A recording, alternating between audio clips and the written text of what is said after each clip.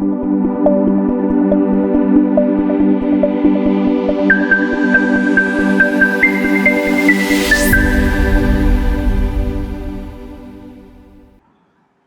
hello. Welcome to One Eyes Academy. Welcome to day 4 of 5 days Civil Services Workshop. അപ്പോൾ നമ്മൾ first 3 ഡേയ്സിൽ UPSC എന്താണെന്നും അതിനുശേഷം രണ്ടാമത്തെ സെഷനിൽ വ്യക്തമായ സിലബസും മൂന്നാമത്തെ സെഷനിൽ എന്തൊക്കെയാണ് റിസോഴ്സുകൾ നമുക്ക് ആവശ്യമായിട്ടുള്ളത് എന്ന് തുടങ്ങിയിരിക്കുന്ന 3 ദിവസത്തെ സെഷൻ നമ്മൾ കംപ്ലീറ്റ് ആയിരിക്കുകയാണ്. അപ്പോൾ ഏകദേശം എല്ലാ കാര്യങ്ങളും മനസ്സിലായെന്ന് കരുതുന്നു. ഇനി ആ ഒരു സെഷൻസ് കാണാത്ത ആളുകളാണെന്നുണ്ടെങ്കിൽ നമ്മുടെ യൂട്യൂബ് ലിങ്ക് അവൈലബിൾ ആണ്. സോ അതുവഴി നിങ്ങൾ ആ സെഷൻസ് കണ്ടതിന് ശേഷം അടുത്ത സെഷൻ കാണാൻ ശ്രമിക്കാം. സോ എപ്പോഴും ഒരു കണക്റ്റഡ് ആയിട്ടുള്ള സെഷൻസാണ് മുന്നോട്ട് പോയിക്കൊണ്ടിരിക്കുന്നത്. അപ്പോൾ ഇനി നമുക്ക് എപ്പോഴും ഒരു ചലഞ്ചിങ് ആയിട്ടുള്ള ഒരു ഏരിയ എന്ന് പറഞ്ഞിരിക്കുന്നത് കറണ്ട് അഫയേഴ്സ് ആണ്. അപ്പോൾ ഇന്നലെ തന്നെ നമ്മൾ റിസോഴ്സ് ലിസ്റ്റ് പറഞ്ഞ സമയത്ത് ഓരോ സബ്ജക്റ്റിനകത്തും കറണ്ട് അഫയേഴ്സ് ഇൻ്റഗ്രേഷൻ എന്നിങ്ങനെ പലപ്പോഴും കറണ്ട് അഫയേഴ്സിനെ മെൻഷൻ ചെയ്ത് നിങ്ങൾ കണ്ടിട്ടുണ്ടാവും. അപ്പോൾ എന്താണ് ഈ കറണ്ട് അഫയേഴ്സ് നമുക്ക് എവിടെ നിന്ന് കിട്ടും? അപ്പോൾ ഇന്നലെ റിസോഴ്സ് സെലക്ഷൻ്റെ അകത്ത് നമ്മൾ പല തവണയാണെങ്കിൽ പോലും ഈ ബുക്ക് ലിസ്റ്റുകൾ കാര്യങ്ങൾ കാണിച്ചിട്ടുണ്ടായിരുന്നു. അപ്പോൾ ബുക്ക് ലിസ്റ്റുകൾ ഗവൺമെൻറ് വെബ്സൈറ്റുകൾ, PIB, യോജന, കുരുക്ഷേത്ര, അതുപോലെ തന്നെ ഡെയിലി ന്യൂസ് പേപ്പർ റീഡിങ്, അപ്പോൾ ഇങ്ങനെ തുടങ്ങിയിരിക്കുന്ന കുറച്ച് കാര്യങ്ങളെ പറ്റി നമ്മൾ എക്സ്പ്ലെയിൻ ചെയ്തിട്ടുണ്ടായിരുന്നു. സോ ഇനി മുന്നോട്ട് നോക്കുന്നത് നമ്മൾ ഇന്നത്തെ സെഷനിൽ മെയിനായിട്ട് പ്ലാൻ ചെയ്തിട്ടുള്ളത് കറണ്ട് അഫയേഴ്സ് എന്ന് പറഞ്ഞ ടോപ്പിക്. അതെങ്ങനെയാണ് ന്യൂസ് എങ്ങനെയാണ് വായിക്കേണ്ടത്, എന്തൊക്കെയാണ് ന്യൂസിൽ നിന്ന് എടുക്കേണ്ട പോയിന്റുകൾ എന്തൊക്കെയാണ്, ഒരുപാട് ടൈം ഇൻവെസ്റ്റ് ചെയ്യണം. അപ്പോൾ പലപ്പോഴും ആസ്പിറൻസിന് ഭയങ്കര ഡിഫിക്കൽട്ടായിട്ടുള്ള കാര്യമായിരിക്കും. കാരണം NCERT ടെക്സ്റ്റ് ബുക്കൊക്കെ സ്റ്റാർട്ട് ചെയ്യുന്ന സമയത്ത് പലപ്പോഴും ബുദ്ധിമുട്ടുണ്ടാവില്ല. കാരണം നമ്മൾ ഓൾറെഡി പഠിച്ചൊരു കാര്യമാണ്, ഒന്ന് ബ്രഷപ്പ് ചെയ്യുന്ന പോലെ ആയിരിക്കും നമുക്ക് ഫീൽ ചെയ്യുക. But what about current affairs, especially ഈ ന്യൂസ് പേപ്പറൊക്കെ, അതും ഹിന്ദു ന്യൂസ് പേപ്പറൊക്കെ വായിക്കുക അല്ലെങ്കിൽ ഇംഗ്ലീഷ് ന്യൂസ് പേപ്പർ വായിക്കുക എന്ന് പറഞ്ഞാൽ വളരെ ഡിഫിക്കൽട്ടാണ് അല്ലേ. വായിച്ചാൽ തന്നെ ഒന്നും മനസ്സിലാവില്ല. അപ്പോൾ ബിഗിനറായിട്ട് നിങ്ങളാണെന്നുണ്ടെങ്കിൽ കറണ്ട് അഫയേഴ്സ് വായിച്ചാൽ ഒന്നും മനസ്സിലാവില്ല. മേ ബി ഒരു 1-2 വർഷം സിവിൽ സർവീസിലുള്ള ഒരാൾക്കാർക്കും ചിലപ്പം അത് കണക്ട് ചെയ്യാൻ വരുന്നത്. അല്ലാതെ നിങ്ങൾ ആദ്യം തന്നെ ന്യൂസ് വായിക്കുന്ന സമയത്ത് ഒന്നും മനസ്സിലാവും, നിങ്ങൾ അവിടെ തന്നെ ഡ്രോപ്പ് ചെയ്യും, ദെൻ സ്റ്റാറ്റിക് സബ്ജക്റ്റിലേക്ക് പോകും. ആദ്യം തന്നെ പറയാം, അത് ചെയ്യാനേ പാടില്ല. എന്ത് മനസ്സിലായോ ഇല്ലയോ, പ്രാക്ടീസ് മേക്ക് ചെയ്യാൻ വേണ്ടി പെർഫെക്റ്റ് എന്ന് പറയുന്ന പോലെ മനസ്സിലാവുന്നതിനേക്കാൾ കൂടുതൽ ആ കറണ്ട് അഫയേഴ്സ് പോർഷൻസുകൾ എങ്ങനെ വായിക്കണം, അറ്റ്ലീസ്റ്റ് നിങ്ങൾ ആ ഇംഗ്ലീഷുമായിട്ടെങ്കിലും ഫെമിലിയർ ആകും, കുറച്ച് വെക്കാബുലറി ആയിട്ട് ഫെമിലിയർ ആകും.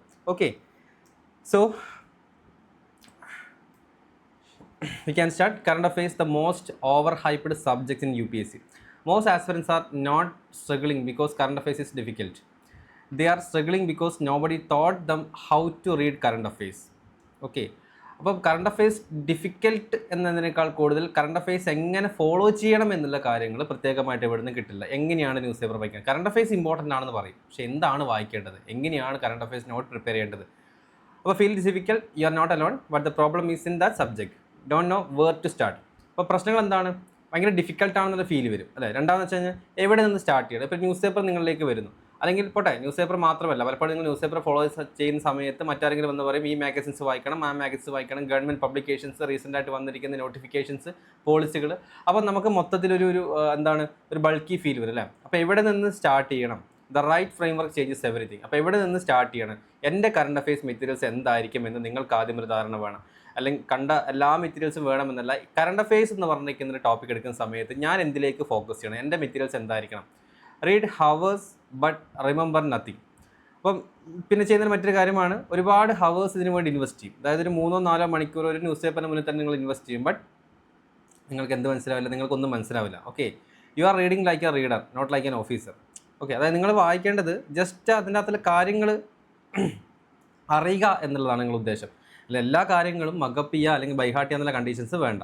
ഓക്കെ, അപ്പോൾ എങ്ങനെയാണ് ന്യൂസ് പേപ്പർ റീഡിങ്, നമുക്ക് കറണ്ട് അഫയേഴ്സ് പറയുന്ന സമയത്ത് ന്യൂസ് പേപ്പർ റീഡിങ്ങിലേക്ക് സ്റ്റാർട്ട് ചെയ്യാം. അപ്പോൾ കറണ്ട് അഫയേഴ്സിൻ്റെ റിസോഴ്സുകൾ നമുക്ക് ആദ്യം പറയാം. എന്താണ് കറണ്ട് അഫയേഴ്സ് എന്ന് പറഞ്ഞിരിക്കുന്ന ടോപ്പിക് എന്നുള്ള നമുക്ക് വരുന്ന റിസോഴ്സുകൾ, ആ സബ്ജക്റ്റ് എങ്ങനെയൊക്കെ പഠിക്കാം. അപ്പോൾ ഇവിടെ 2 ന്യൂസ് പേപ്പേഴ്സ് ഞാൻ ജസ്റ്റ് ഒന്ന് പറഞ്ഞുതരാം. Hindu and Indian express. നിങ്ങൾക്ക് ഏത് ന്യൂസ് പേപ്പറാണ് അവൈലബിൾ ആയിട്ടുള്ളത്, അല്ലെങ്കിൽ നിങ്ങൾക്ക് ബെറ്റർ തോന്നുന്ന ഏതാണ്, നിങ്ങൾക്കത് റീഡ് ചെയ്യാം, കുഴപ്പമില്ല.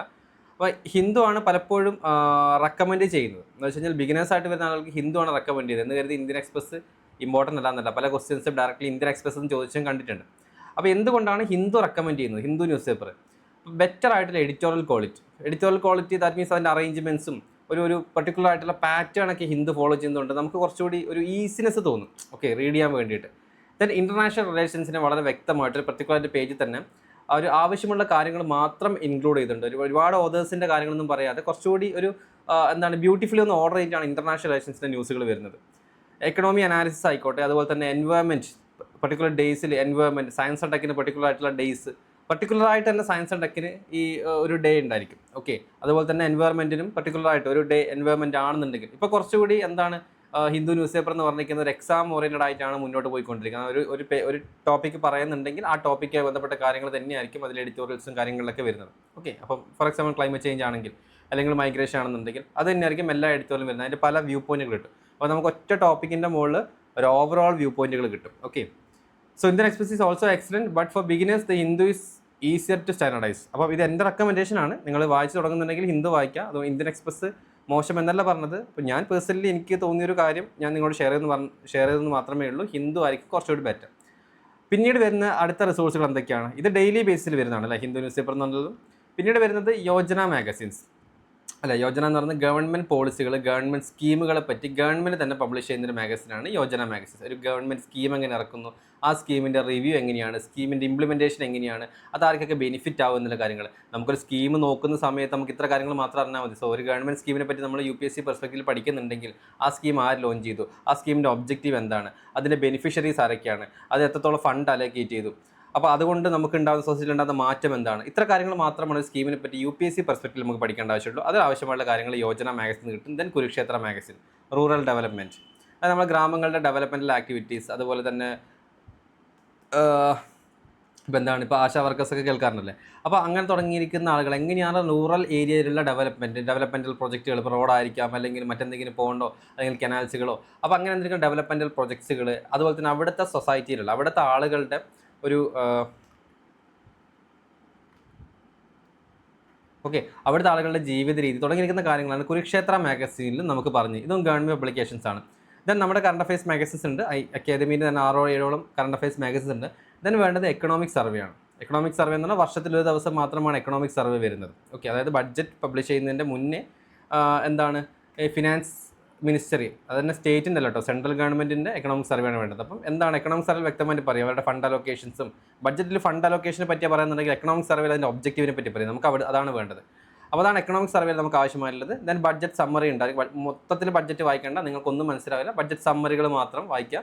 ദെൻ PIBയുടെ കമ്പൈലേഷൻ, പ്രസ് ഇൻഫർമേഷൻ ബ്യൂറോ PIBയുടെ കമ്പൈലേഷൻസ് ഉണ്ടായിരിക്കും. ഇനി അഡീഷണൽ ആയിട്ട് ഞാൻ 2 ഒരു കറണ്ട് അഫയേഴ്സ് റിസോഴ്സ് കൂടി മാത്രം പറഞ്ഞാൽ സയൻസ് റിപ്പോർട്ടർ,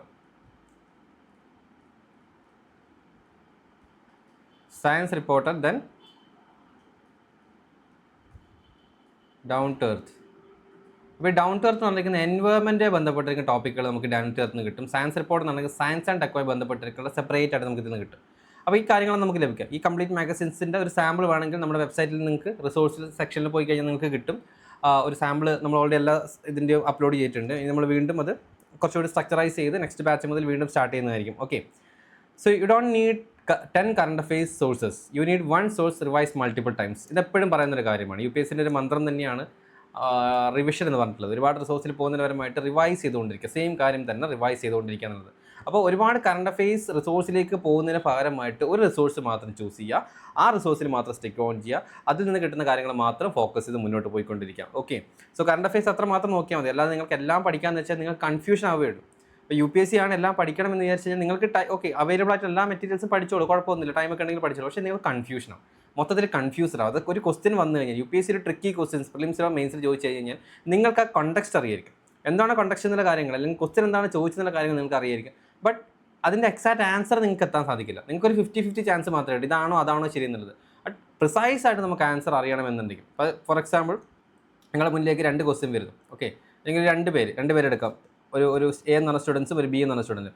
ഈ A എന്ന് പറഞ്ഞ സ്റ്റുഡൻസ് കറണ്ട് അഫയേഴ്സ് മാക്സിമം എല്ലാ മെറ്റീരിയൽസും എല്ലാ കറണ്ട് അഫയേഴ്സും നല്ല രീതിയിൽ പഠിച്ചിട്ടുള്ള ആളാണ്. ദാറ്റ് മീൻസ് ബൈ ഹാർട്ട് ഏറ്റവും എന്തോ കാര്യങ്ങളാണ്, ഒരുപാട് മെറ്റീരിയൽസുകൾ അദ്ദേഹത്തിൻ്റെ മൈൻഡിലുണ്ട്. B എന്ന് പറഞ്ഞിരിക്കുന്ന ആൾ പഠിച്ചിരിക്കുന്ന വളരെ കുറച്ച് മാത്രമാണ്. ബട്ട് അദ്ദേഹം എന്ത് ചെയ്തു, അദ്ദേഹം മാക്സിമം അത് റിവൈസ് ചെയ്തു. അപ്പോൾ അതിൽ നിന്ന് ഏതിൽ നിന്ന് ക്വസ്റ്റ്യൻ ചോദിച്ചു കഴിഞ്ഞാലും അദ്ദേഹത്തിന് തെറ്റ് പറ്റില്ല. അപ്പോൾ ക്വസ്റ്റ്യൻ ചോദിക്കുന്ന സമയത്ത് ഇദ്ദേഹത്തിന് ഈ A എന്ന് പറഞ്ഞിരിക്കുന്ന സ്റ്റുഡൻറ്റിന് വേണമെങ്കിൽ ഒരുപാട് ക്വസ്റ്റ്യൻസുകൾ അറിയാമായിരിക്കും. ഇപ്പോൾ B എന്ന സ്റ്റുഡൻസിന് ഒരു 10 ക്വസ്റ്റ്യൻ ചോദിച്ചെന്ന് കരുതുക. 10 ക്വസ്റ്റ്യനിൽ 10 ക്വസ്റ്റ്യൻ A എന്ന് പറഞ്ഞ സ്റ്റുഡൻസിന് അറിയാൻ സാധിക്കും. ഇപ്പോൾ B എന്ന് പറഞ്ഞ സ്റ്റുഡൻസിനും 10 ക്വസ്റ്റ്യൻ ചോദിക്കുന്നു. ബട്ട് മേ ബി ചിലപ്പോൾ 5 ക്വസ്റ്റ്യൻ മാത്രമേ അറിയണ്ട, ബാക്കി 5 ക്വസ്റ്റ്യൻ കേട്ടിട്ടേ ഉണ്ടാവില്ല കറണ്ട് അഫയേഴ്സ്, ബിക്കോസ് അത്ര ഏരിയസ് പറഞ്ഞില്ല. ബട്ട് ആ B എന്ന് പറഞ്ഞിരിക്കുന്ന സ്റ്റുഡൻറ്റ് 5 ക്വസ്റ്റ്യൻ എങ്കിൽ 5 ക്വസ്റ്റ്യൻ പ്രിസൈസ് ആയിട്ട് ആൻസർ ചെയ്യും. അപ്പോൾ അദ്ദേഹത്തിന് കിട്ടുന്ന മാർക്ക് എത്രയാണ്? 5 × 2 10 മാർക്ക്. ഓക്കെ, ഇതാണ് അവിടെ മാർക്ക് കിട്ടുന്നത്. ബട്ട് A എന്ന് പറഞ്ഞിരിക്കുന്ന വ്യക്തിക്കാണെന്നുണ്ടെങ്കിൽ 10 ക്വസ്റ്റ്യൻ ചോദിച്ചിരിക്കുന്ന ഏരിയാസൊക്കെ അറിയാം. ബട്ട് എല്ലാം 50-50 ചാൻസ് ആണ്. അതായത് മൊത്തത്തിൽ ഏതാണ് കൺഫ്യൂഷൻ വന്നുകൊണ്ടിരിക്കും. അപ്പോൾ അതാണ് പ്രത്യേകിച്ച് കറണ്ട് അഫയേഴ്സിനൊക്കെ ഭയങ്കര കൺഫ്യൂഷൻ വരും. പ്രിലിംസിൻ്റെ അല്ലെങ്കിൽ മെയിൻസിലൊക്കെ വരുന്ന സമയത്ത് അതാണ് മെയിൻസിൽ നിന്നാലും കുഴപ്പമില്ല, പ്രിലിംസിൽ ഭയങ്കര കൺഫ്യൂഷൻ വരും, അതാണോ ഇതാണോ എന്നുള്ള കാര്യങ്ങൾ. അപ്പോൾ പ്രിസൈസ് ആയിട്ട് നമുക്ക് കൊടുക്കണമെന്നുണ്ടെങ്കിൽ കുറഞ്ഞ മെറ്റീരിയൽസ് മൾട്ടിപ്പിൾ റിവിഷൻ, ഈ ഒരു മന്ത്രം എപ്പോഴും മൈൻഡിൽ ഓർത്തിരിക്കുക. കുറഞ്ഞ മെറ്റീരിയൽസ് മൾട്ടിപ്പിൾ റിവിഷൻ എന്ന് കരുതിയിട്ട് എന്താണ് കംപ്ലീറ്റ്ലി ഒഴിവാക്കണം എന്നല്ല, മിനിമം ഈ പറഞ്ഞിരിക്കുന്ന ഞാനിപ്പോൾ കാണിച്ചിരിക്കുന്ന മെറ്റീരിയൽസെങ്കിലും ഫോളോ ചെയ്യാൻ ശ്രമിക്കാം. Then which page of the Hindu you should read. അത് നമ്മൾ ഹിന്ദു ന്യൂസ് പേപ്പർ എടുക്കുന്ന സമയത്ത് ഏതൊക്കെ പേജസുകളാണ് നമ്മൾ റീഡ് ചെയ്യേണ്ടത്, അത് മറ്റൊരു ഇമ്പോർട്ടൻ്റ് ആയിട്ടുള്ള ചോദ്യമാണ്. അത് ഹിന്ദു ന്യൂസ് പേപ്പർ എടുക്കുന്ന സമയത്ത് ഒരു 10-18 പേജുകൾ ഉണ്ടായിരിക്കും. അതിൽ ഏതൊക്കെ പേജുകളാണ് നമുക്ക് UPSC point of view importance.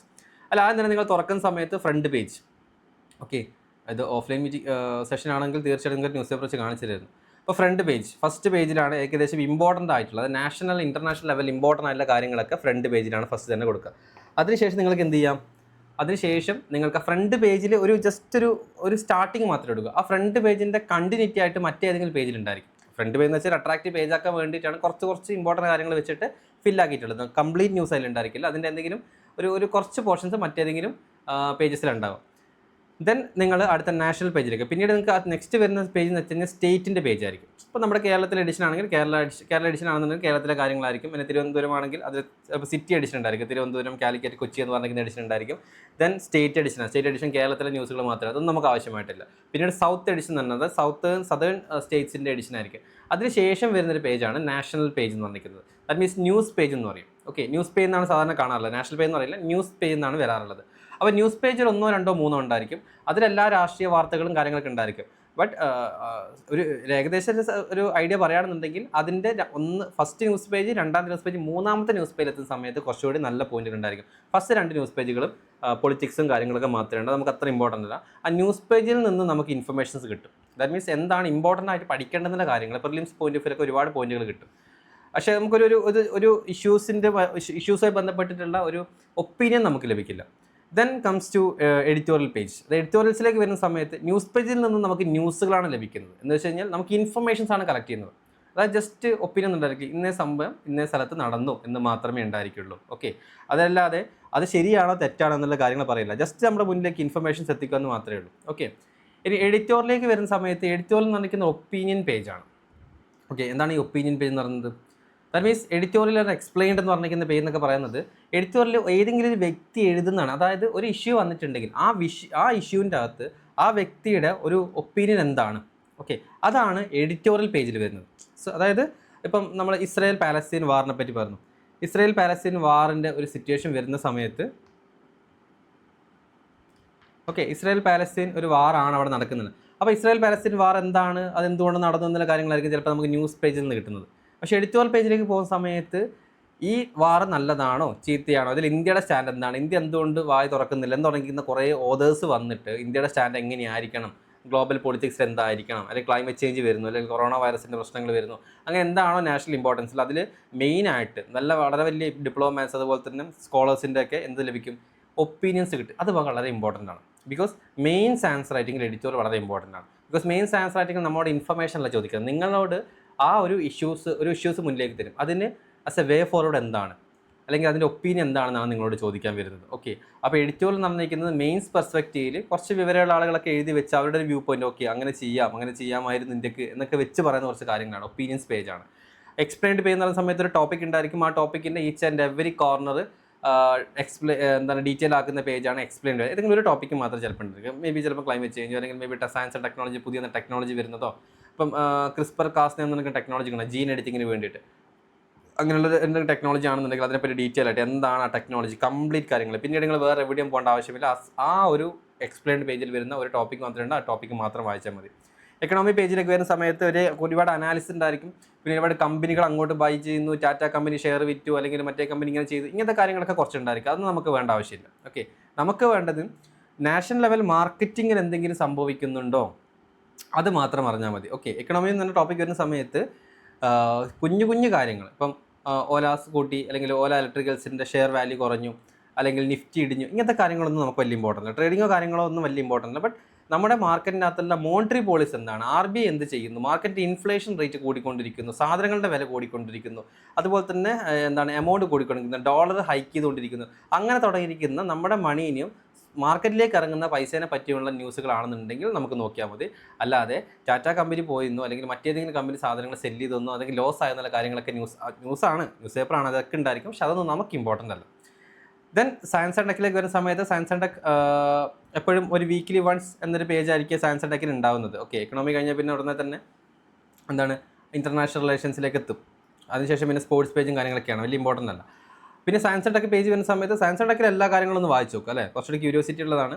National level important ആയിട്ടുള്ള എന്തെങ്കിലും ഉണ്ടെങ്കിൽ അത് ക്യൂരിയോസോട് കൂടി തന്നെ വായിക്കുക. അല്ലെങ്കിൽ ചെറിയൊരു ഇൻസ്ട്രക്ഷനെ കണ്ടുപിടിച്ചതോ അല്ലെങ്കിൽ അങ്ങനത്തെ കുഞ്ഞു കുഞ്ഞു സാധനങ്ങളാണെങ്കിൽ നിങ്ങൾ ഡീറ്റെയിൽ നോക്കുക. ചിലപ്പോൾ ആ ഇൻസ്ട്രക്ഷൻ ഭയങ്കര ഇമ്പോർട്ടൻ്റ് ആണെന്നുണ്ടെങ്കിൽ അത് നിങ്ങൾ പഠിച്ചിരിക്കണം. അതുകൊണ്ട് സയൻസ് ആൻഡ് ടെക് ഞാൻ സ്പെസിഫിക്കലി ഞാൻ പറയില്ല ഇന്നേ വായിക്കണം ഇന്നേത് വായിക്കണം എന്ന് പറയുമ്പോൾ അത് ഓരോ ന്യൂസ് പേപ്പർ വരുന്ന സമയത്ത് ഓരോ ന്യൂസിനനുസരിച്ച് വാല്യൂവിനനുസരിച്ചിരിക്കും. ഇപ്പോൾ ചെറിയ ഇൻസ്ട്രക്ഷനെ പറ്റിയുള്ള വാർത്തയായിരിക്കും, അത് UPSC ക്വസ്റ്റിനായിട്ട് ചോദിച്ചിട്ടുണ്ടായിരുന്നു. അപ്പോൾ വളരെ ചെറിയൊരു ഏരിയയിലിരിക്കുന്ന വാർത്ത പോലും UPSC ക്വസ്റ്റിനായി ചോദിച്ചിട്ടുണ്ട്. അപ്പോൾ സയൻസ് ആൻഡ് ടെക് എന്ന് പറഞ്ഞിരിക്കുന്ന പേജ് നിങ്ങൾ കംപ്ലീറ്റ്ലി വായിച്ചു, കുഴപ്പമൊന്നുമില്ല, ഒന്നും സംഭവിക്കാൻ പോകുന്നില്ല, എല്ലാം നമുക്ക് വേണ്ട തന്നെയാണ്. ഭയങ്കരമായിട്ടുള്ള ടെക്നോളജിയോ കാര്യങ്ങളൊക്കെ ഉണ്ടെങ്കിൽ അതിങ്ങനെ സയൻസ് ആൻഡ് ടെക് കോംപ്ലിക്കേറ്റഡ് ആണ്. അത്രത്തോളം കോംപ്ലിക്കേഷനിലേക്ക് നിങ്ങൾ പഠിക്കാതിരിക്കുക, എന്താണെന്ന് മാത്രം അറിഞ്ഞു വെക്കുക. ഓക്കെ, എന്താണ് ആ ഒരു സിസ്റ്റം എന്ന് മാത്രം അറിഞ്ഞു വെക്കുക. ചിലപ്പോൾ ഭയങ്കര ഡീറ്റെയിൽ ആയിട്ടുണ്ടായിരിക്കും, അതിൻ്റെ ടെക്നോളജി ഇത് യൂസ് ചെയ്തു അത് യൂസ് ചെയ്തു, ഇങ്ങനത്തെ കോഡിംഗ് ആണ് അങ്ങനത്തെ കോഡിംഗ് ആണെന്നുള്ളത് അതൊന്നും നമുക്ക് വേണ്ട. ജസ്റ്റ് എന്താണ് ടെക്നോളജി, ആ ടെക്നോളജി കൊണ്ടുള്ള ഒബ്ജക്റ്റീവ് എന്താണ്, നമുക്ക് കിട്ടുന്ന ഉപകാരം എന്താണ്, സൊസൈറ്റിക്ക് കിട്ടുന്ന ഉപകാരം എന്താണ്, അല്ലെങ്കിൽ രാജ്യത്തിന് കിട്ടുന്ന ഉപകാരം എന്താണ്, അതുകൊണ്ട് പൈസ ഉണ്ടാക്കാൻ പറ്റുമോ അല്ലെങ്കിൽ മറ്റേതെങ്കിലും സെക്യൂരിറ്റി ഇഷ്യൂസുകൾ നമുക്ക് തീർക്കാൻ പറ്റും, ഇത് മാത്രം അറിഞ്ഞാൽ മതി. ഇൻ്റർനാഷണൽ റിലേഷൻസ് ഞാൻ നേരത്തെ പറഞ്ഞ പോലെ തന്നെ ഇന്ത്യൻ ഇൻട്രസ്റ്റ്, അതായത് ഇന്ത്യാസ് ഇൻട്രസ്റ്റ് നമ്മൾ സിലബസ് എക്സ്പ്ലനേഷനിൽ പറഞ്ഞിട്ടുണ്ടായിരുന്നു. ഇന്ത്യനെ ബാധിക്കുന്നതാണോ ആ പറഞ്ഞിരിക്കുന്ന കാര്യങ്ങൾ, അങ്ങനെയാണെങ്കിൽ നിങ്ങളൊന്ന് വായിച്ച് നോക്കിക്കോ ഇൻ്റർനാഷണൽ റിലേഷൻസ്. അല്ലെങ്കിൽ ഇന്ത്യൻ ഒരു രീതിയിലും ബാധിക്കാത്ത കാര്യമാണെന്നുണ്ടെങ്കിൽ നമ്മളതിനെപ്പറ്റി തിരിഞ്ഞു നോക്കേണ്ട ആവശ്യമേ ഇല്ല. ഓക്കെ, ഏതെങ്കിലും രാജ്യങ്ങൾ തമ്മിൽ വഴക്കുണ്ടാക്കുന്നു, ഇപ്പം എന്താണ് കാനഡയും അമേരിക്കയും തമ്മിൽ പ്രശ്നങ്ങൾ ഉണ്ടാക്കിക്കൊണ്ടിരിക്കുന്നു, അത് നമ്മളെ ബാധിക്കുന്നില്ല എന്നുണ്ടെങ്കിൽ ഒഴിവാക്കാം, നമുക്കതിൻ്റെ വേണം. പക്ഷെ അതൊക്കെ ന്യൂസിലുണ്ടായിരിക്കട്ടോ. പക്ഷേ ഇന്ത്യനെ ബാധിക്കുന്നതാണെന്നുണ്ടെങ്കിൽ പലപ്പോഴും ഈ IR ന്യൂസിൽ വരുന്ന സമയത്ത് ഇന്ത്യയുമായിട്ടുള്ള ഇൻട്രസ്റ്റിനെ ബാധിക്കുന്ന ന്യൂസുകൾ മാത്രമേ ഹിന്ദുവിൽ വരാറുള്ളൂ. പക്ഷേ ചിലപ്പോഴൊക്കെ ഒന്നോ രണ്ടോ ടോപ്പിക് അങ്ങോട്ടും ഇങ്ങോട്ടും മാറി, പിന്നെ ആവശ്യമില്ലാത്ത കുറേ കാര്യങ്ങളുണ്ടായിരിക്കും. ഓക്കെ, ഇപ്പോൾ നമ്മൾ റീസെൻ്റായിട്ട് ന്യൂസിലൊക്കെ നോക്കുന്ന സമയത്ത് എന്താണ് ഇറാൻ്റെ ഇഷ്യൂ ഒക്കെ, അതായത് അവിടെ റീജിയണലായിട്ട് നടക്കുന്ന ഇഷ്യൂസ്, ആ ഒരു സ്ഥലത്ത് പോകുമ്പോഴു അവർ ഇന്ന സമയത്ത് വന്ന് അറ്റാക്ക് ചെയ്തു, രാത്രിയായിരുന്നു അറ്റാക്ക് ചെയ്തിരിക്കുന്ന കുറച്ച് നാശനഷ്ടങ്ങളുണ്ടായി, അതൊന്നും നമുക്ക് വേണ്ട. യുദ്ധമുണ്ടായോ അത് മാത്രം അറിഞ്ഞാൽ മതി, അല്ലാതെ എല്ലാ ദിവസവും അതിൻ്റെ അപ്ഡേറ്റ്സ് നമ്മളിങ്ങനെ അറിഞ്ഞുകൊണ്ടിരിക്കേണ്ട ആവശ്യമില്ല. ഓക്കെ, ഇപ്പോൾ ഇറാനുമായി ബന്ധപ്പെട്ടിരിക്കുന്ന ന്യൂസ് വരുന്ന സമയത്ത് വളരെ റീജിയണലായിട്ട് ന്യൂസ്, അപ്പം റീസെൻ്റായിട്ട് ഇറാൻ്റെ ആ ഒരു ഏരിയയിൽ വന്നിട്ട് അറ്റാക്ക് ചെയ്തു, കുറേ സ്ഥലങ്ങൾ നഷ്ടപ്പെട്ടു, ഇങ്ങനത്തെ കാര്യങ്ങളുണ്ടെങ്കിൽ അത് നമുക്ക് ഇമ്പോർട്ടൻ്റ് അല്ല. ബട്ട് അതിൽ മറ്റെന്തെങ്കിലും ഇറാൻ്റെ ഈ ഒരു എന്താണ് ടോക്കിന് വേണ്ടിയിട്ട്, അതായത് ഇസ്രായേലും ഇവർ തമ്മിൽ ഇഷ്യൂസിൻ്റെ അകത്തൊരു ഫ്രീ ടോക്കിന് വേണ്ടിയിട്ട് കാര്യങ്ങളൊക്കെ വരുന്നുണ്ടെങ്കിൽ അങ്ങനത്തെ കാര്യങ്ങൾ മാത്രം ഒന്ന് അറിഞ്ഞു വെക്കുക. എൻവയോൺമെൻറ്റ് വരുന്ന സമയത്ത് ഞാൻ പറഞ്ഞ പോലെ തന്നെ എൻവയോൺമെൻറ്റിനും വീക്കിലി ഒരു ഡേ ആണ് സാധാരണ ഹിന്ദു ന്യൂസ് പേപ്പറിൽ വരാറുള്ളത്. അപ്പോൾ ആ സമയത്ത് വരുന്ന എൻവയോൺമെൻറ്റ് ന്യൂസ് ഒന്ന് വായിച്ചു നോക്കുക. എൻവയോൺമെൻറ്റ് ഇപ്പോൾ നോർമൽ ന്യൂസ് പേജസിലേക്ക് വരും, ക്ലൈമറ്റ് ചേഞ്ച് ആണ് ഒരുപാട് കണക്ട് ചെയ്ത് വരിക. ന്യൂസ് പേജിൽ വളരെ കണക്ട് ചെയ്ത് വരുന്ന ക്ലൈമറ്റ് ചേഞ്ച് ആയിരിക്കും. ഓക്കെ, പിന്നെ സ്കിപ്പ് ചെയ്യുന്ന സെക്ഷൻസ് ഏതൊക്കെയാണ്? സിനിമ പേജ് നമുക്ക് ആവശ്യമില്ല, സ്പോർട്സ് പേജ് വേണ്ട, ക്രൈം ന്യൂസുകൾ വേണ്ട, ലോക്കൽ പൊളിറ്റിക്കൽ ഫൈറ്റ്സുകൾ, സെലിബ്രിറ്റി ന്യൂസ് നമുക്ക് ആവശ്യമില്ല. UPSC preparing administrators, read only what matters to administratives matters പരമായിട്ടുള്ള കാര്യങ്ങൾ മാത്രം വായിക്കുക, അല്ലാതെ ചവർ പോലെ വായിക്കേണ്ട ആവശ്യമില്ല. ഓക്കെ, ഇനി പേജ് വൈസ് മാത്രം ഒന്ന് പറഞ്ഞുതരാം. പേജ് വൈസ് നോക്കുന്നതിൻ്റെ ഫ്രണ്ട് പേജിലാണെന്നുണ്ടെങ്കിൽ എന്തായിരിക്കും? മേജർ നാഷണൽ ഡെവലപ്മെൻ്റ് ആയിരിക്കും. പ്രിലിംസിനും GS പേപ്പർ 2നും നമുക്ക് ഉപകാരപ്പെടും. ഇനി national page, that means news പേജിൽ വരുന്ന സമയത്ത് ഗവേണൻസ്, പൊളിറ്റി ആൻഡ് സ്കീംസ്, പല സ്കീമിങ്ങിനെ പറ്റി പറയും. GS പേപ്പർ 2ലാണ് ഏറ്റവും കൂടുതൽ ഉപകാരപ്പെടുക. അതുപോലെ തന്നെ എഡിറ്റോറിയൽ വരുന്ന സമയത്ത് മെയിൻസ് ആൻസർ റൈറ്റിംഗ് ഉപകാരപ്പെടുന്നതാണ് എല്ലാ പേപ്പേഴ്സ്. GS പേപ്പർ 1 to 4 എല്ലാ പേപ്പേഴ്സിലും വരും. എക്സ്പ്ലെയിൻഡ് പേജും അതുപോലെ തന്നെ ഒരു കോൺസെപ്റ്റ് ബിൽഡ് ചെയ്യും. എന്താണ് എക്സ്പ്ലെയിൻഡ് പേജ്? ഒരു ടോപ്പിക്കിനെ പറ്റിയിട്ട് നമുക്ക് വ്യക്തമുള്ള കോൺസെപ്റ്റുകൾ ക്രിയേറ്റ് ചെയ്തും എക്സ്പ്ലെയിൻ ചെയ്യുക. ഒരു ടോപ്പിക്ക് എടുക്കും, അതിനെപ്പറ്റി ഡീറ്റെയിൽ ആയിട്ട് എഴുതുക. അതുകൊണ്ട് ആ ഒരു സംഭവം ബന്ധപ്പെട്ടിരിക്കുന്ന കംപ്ലീറ്റ് എക്സ്പ്ലനേഷൻ നമുക്ക് കിട്ടും. ഞാൻ CRISPR-Cas9 ടെക്നോളജിനെ പറ്റി കംപ്ലീറ്റ് കാര്യങ്ങൾ ഒരു എക്സ്പ്ലെയിൻഡ് പേജിലൊക്കെ വന്നിട്ടുണ്ട്. അതുകൊണ്ടാണ് കുറേ ആസ്പിറൻസിന് ആ സാധനം മനസ്സിലായത്. കുഞ്ഞു ന്യൂസിലൊന്നും മനസ്സിലാവില്ല.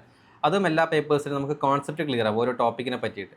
എക്കണോമി ഒരു സമയത്ത് എക്കണോമിക് അനാലിസിസ് ആണ്. പ്രിലിംസ് ആൻഡ് GS പേപ്പർ 3 മാത്രം നിങ്ങൾ ഫോക്കസ് ചെയ്താൽ മതി. പിന്നെ ഏകദേശം GS പേപ്പർ 3 മാത്രമേ വരും, വേറെ ഒന്നും വരാൻ സാധ്യതയില്ല. ഓക്കെ, ഡെവലപ്മെൻറ്റ് ആയിക്കോട്ടെ, എക്കണോമി ആയിക്കോട്ടെ, ഡെവലപ്മെൻറ്റ് പ്രോജക്റ്റ് ആയിക്കോട്ടെ, എല്ലാം GS പേപ്പർ 3 മാത്രമേ വരും. IRലേക്ക് വരുമ്പോൾ foreign policy, international relations, GS paper 2, IR എന്ന് പറഞ്ഞിരിക്കുന്ന പേപ്പറിൽ മാത്രമേ വരൂ. എൻവയോൺമെൻറ്റിലേക്ക് വരുന്ന സമയത്ത് ecology and climate, that means അതിൽ പ്രിലിംസും വരും. GS പേപ്പർ 3 എൻവയോൺമെൻറ്റ് ബന്ധപ്പെട്ട്. Science and tech the same, innovation and policy, prelims and GS paper 3. Editorial page highly value page. One good editorial can improve your mains, essay, ethics and interview performance simultaneously. That means നല്ലൊരു editorial page, അതായത് നല്ലൊരു editorial പേജിനെക്കാട്ടും editorial page നിങ്ങൾ complete വായിക്കുന്നതിനനുസരിച്ചിട്ട് നിങ്ങൾക്ക് mains ആയിക്കോട്ടെ, essay ആയിക്കോട്ടെ, ethics and interview level വരെ വ്യക്തമായിട്ടുള്ള opinions. ഇൻ്റർവ്യൂവിൽ ചോദിക്കുന്നത് നിങ്ങളുടെ ഒപ്പീനിയൻസ് ആണ് പലപ്പോഴും. ഓക്കെ, അപ്പോൾ അവിടെ പോലും വ്യക്തമായ ഒപ്പീനിയൻസ് നിങ്ങൾക്ക് കൊടുക്കാൻ പറ്റണം എന്നുണ്ടെങ്കിൽ നിങ്ങൾ വ്യക്തമായിട്ട് എഡിറ്റോറിയൽ പേജ് ഒന്ന് ജസ്റ്റ് ഒന്ന് ഫോളോ ചെയ്ത് പോയാൽ മതി. ഓക്കെ, ഇനി ഹൗ ടു റീഡ് ആർട്ടിക്കിൾ. എങ്ങനെയാണ് നമ്മൾ ന്യൂസ് ആർട്ടിക്കിൾ റീഡ് ചെയ്യുന്നത്? ഓക്കെ, സിമ്പിളായിട്ട് റീഡ് ചെയ്ത് പോയാൽ മതി. അങ്ങനെ ഡീറ്റെയിൽ ആയിട്ടൊന്നും പോകേണ്ട ആവശ്യമില്ല. വളരെ സിമ്പിളായിട്ട് എങ്ങനെ ന്യൂസ് വായിക്കാം.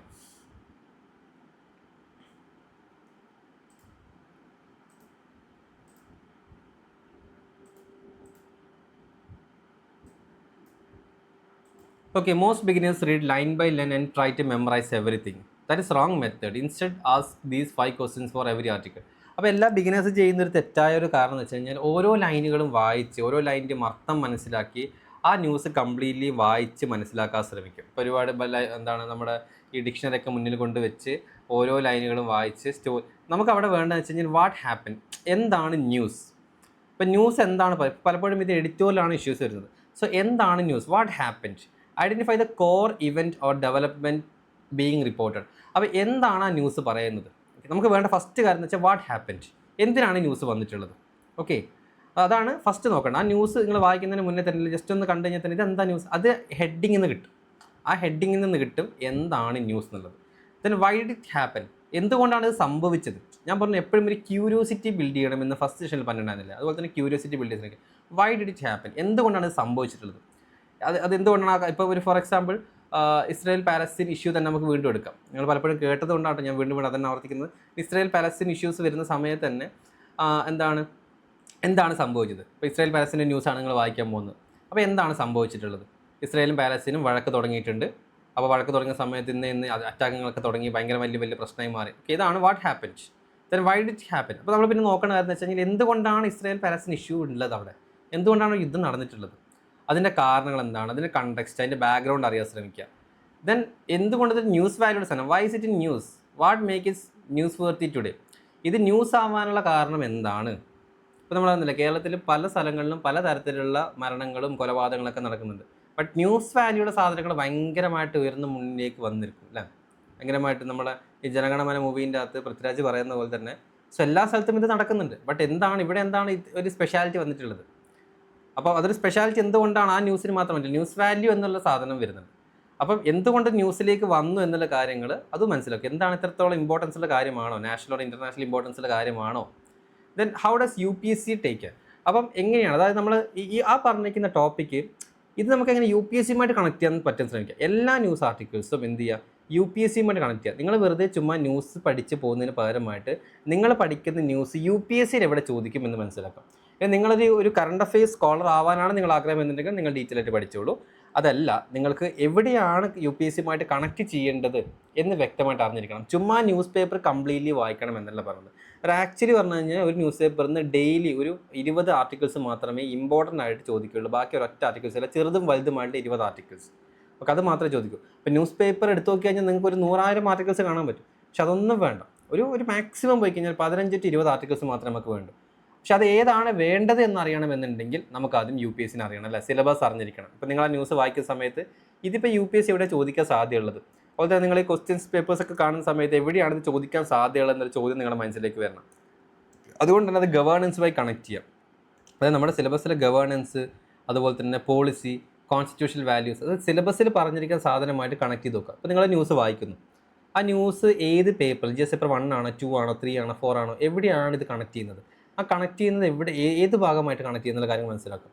അതായത് ഇത് GS പേപ്പർ എന്ന് അറിയാൻ ശ്രമിക്കുക മിനിമം. അപ്പോൾ തന്നെ നിങ്ങൾ സിലബസ് പഠിക്കും. ഓക്കെ, അതുപോലെ തന്നെ ന്യൂസ് പഠിക്കും, ഏതൊക്കെ വേണം ഏതൊക്കെ വേണ്ട എന്നുള്ള കാര്യങ്ങൾ മനസ്സിലാക്കാൻ ശ്രമിക്കും. നിങ്ങൾ ചുമ്മാ ഒരു ന്യൂസ് പേപ്പർ വാങ്ങി ആ ന്യൂസ് പേപ്പർ കംപ്ലീറ്റ്ലി ഇതൊക്കെ ഇമ്പോർട്ടൻ്റ് ആണെന്ന് കരുതി എല്ലാം വെച്ച് ഒരു നോട്ട് എഴുതുകയാണെന്നുണ്ടെങ്കിൽ നിങ്ങൾ ചെയ്യുന്നത് റോങ് മെത്തേഡാണ്. ഓക്കെ, അതിന് പകരമായിട്ട് നിങ്ങൾക്ക് സിലബസ് അറിയാമെങ്കിൽ നമ്മൾ ആദ്യം തന്നെ സിലബസ് മുന്നിൽ തന്നെ വെക്കാം. സിലബസ് എപ്പോഴും മുന്നിൽ വെക്കും. നിങ്ങൾ ന്യൂസ് വായിക്കുന്നു, ഓക്കെ, ഇത് കാണുമ്പോൾ UPSCക്ക് ഭയങ്കര ഇമ്പോർട്ടൻ്റ് തോന്നും. പക്ഷേ ഇത് നമ്മൾ സിലബസിലേക്ക് പോകുന്ന സമയത്ത് സിലബസിൽ എവിടെ ഈ സാധനം പറ്റി ചോദിച്ചിട്ടില്ല, സ്കിപ്പ് ചെയ്തോളൂ. ഇനി മറ്റൊരു ചാപ്റ്റർ വായിക്കുന്ന സമയത്തൊക്കെ ഇത് സിലബസിൽ എവിടെയോ ചോദിക്കാൻ സാധ്യതയുണ്ട്. ചിലപ്പോൾ GS പേപ്പർ 1 and 3 ഒരുമിച്ച് ചോദിക്കുന്ന സാധനമായിരിക്കും. അപ്പോൾ കുറച്ചുകൂടി റെലവൻ്റ് ആയിട്ടുള്ള കാര്യം ഏതാണെന്ന് നോക്കിയിട്ട് നിങ്ങൾ ആ നോട്ട്ബുക്കിലേക്ക് മാറ്റിയത്. നമ്മൾ നോട്ട്ബുക്ക് മേക്കിംഗ് പറഞ്ഞിട്ടുണ്ടല്ലോ, ആ GS പേപ്പർ 3 എന്ന് പറഞ്ഞെങ്കിൽ നോട്ട്ബുക്കിലേക്ക് മാറ്റിയത്. അപ്പോൾ ഓട്ടോമാറ്റിക് നമ്മൾ എന്ത് പഠിച്ചു, നമ്മൾ ഈ ന്യൂസ് പഠിക്കുന്നത് പോലെ തന്നെ ന്യൂസ് എന്ത് പഠിക്കേണ്ട. അപ്പോൾ നമ്മൾ ഈ ന്യൂസ് സ്കിപ്പ് ചെയ്തു. ഒന്നാമത്തെ കാര്യം നമ്മൾ ന്യൂസ് സ്കിപ്പ് ചെയ്യാൻ പഠിച്ചു, എന്ത് പഠിക്കണം എന്ന കാര്യം പഠിക്കാൻ ശ്രമിച്ചു. രണ്ടാമത് നമുക്ക് സിലബസ് കണക്ട് ചെയ്യാൻ പറ്റി അല്ലേ, എല്ലാ സമയത്തും സിലബസിൽ കണക്ട് ചെയ്യാൻ പറ്റും. വെറുതെ ബ്ലൈൻഡ് ആയിട്ട് നിങ്ങൾ എഴുതി വെക്കുന്നില്ല. സിലബസ് എന്താണെന്നുള്ള കാര്യങ്ങൾ അറിഞ്ഞാൽ മാത്രമേ നോട്ടിലേക്ക് എഴുതാൻ പറ്റൂ.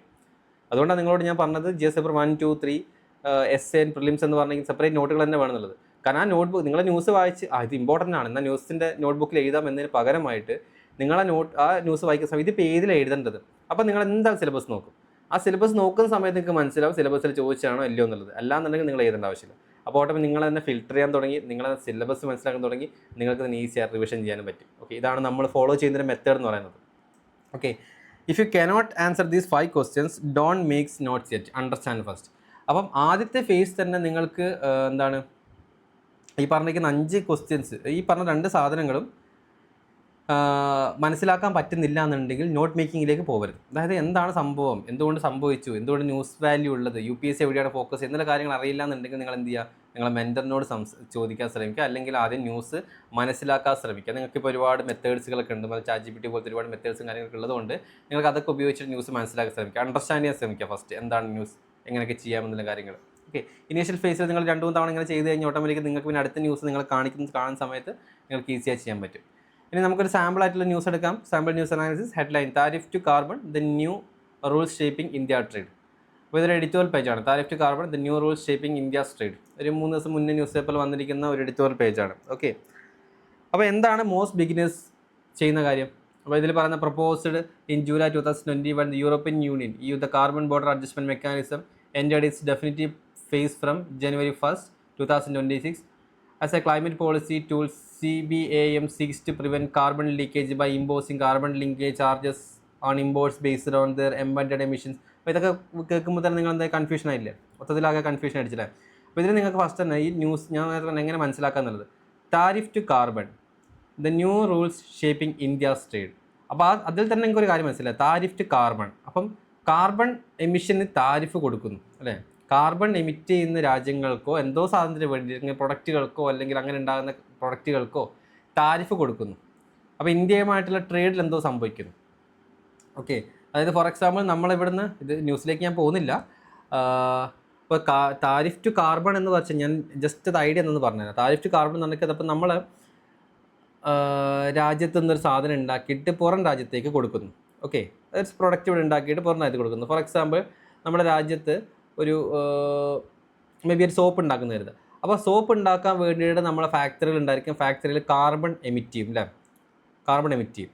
അപ്പം എത്രത്തോളം കാർബൺ എമിറ്റ് ചെയ്തോ, അപ്പോൾ ആ പുറത്ത് വരുന്ന സോപ്പിന് എന്താ പ്രത്യേകത, അത്രത്തോളം കാർബൺ എമിഷൻസ് കൂടി ഈ പറഞ്ഞിരിക്കുന്ന എന്തിന് കൊടുത്തിട്ടുണ്ട്, അന്തരീക്ഷത്തിൽ കൊടുത്തിട്ടുണ്ട് അല്ലേ? അപ്പം അതുമായി ബന്ധപ്പെട്ടിരിക്കുന്ന ഒരു വാല്യൂ മാത്രമേ ഇടൂ, അല്ലെങ്കിൽ അങ്ങനെയുള്ള കാര്യങ്ങൾ പലപ്പോഴും ട്രേഡിങ്ങിന് അങ്ങോട്ടും ഇങ്ങോട്ടും ഉപയോഗിക്കില്ല. ഇപ്പം കാർബൺ എമിഷൻസ് നിങ്ങൾ ഉണ്ടാക്കുന്ന സോപ്പിന് കൂടുതലാണെന്നുണ്ടെങ്കിൽ രാജ്യങ്ങൾ ആരും നമ്മുടെ സോപ്പ് വാങ്ങുന്നില്ല എന്നുണ്ടെങ്കിൽ എന്ത് ചെയ്യും? മറ്റു രാജ്യങ്ങളിൽ സോപ്പ് വാങ്ങുന്നില്ല. നമ്മുടെ രാജ്യം എന്ത് ചെയ്യും? സോപ്പ് ഉണ്ടാക്കുന്ന സമയത്തുള്ള കാർബൺ എമിഷൻസ് കുറക്കാൻ ശ്രമിക്കും അല്ലേ? എല്ലാം സാധനം വിറ്റ് പോകണ്ടേ?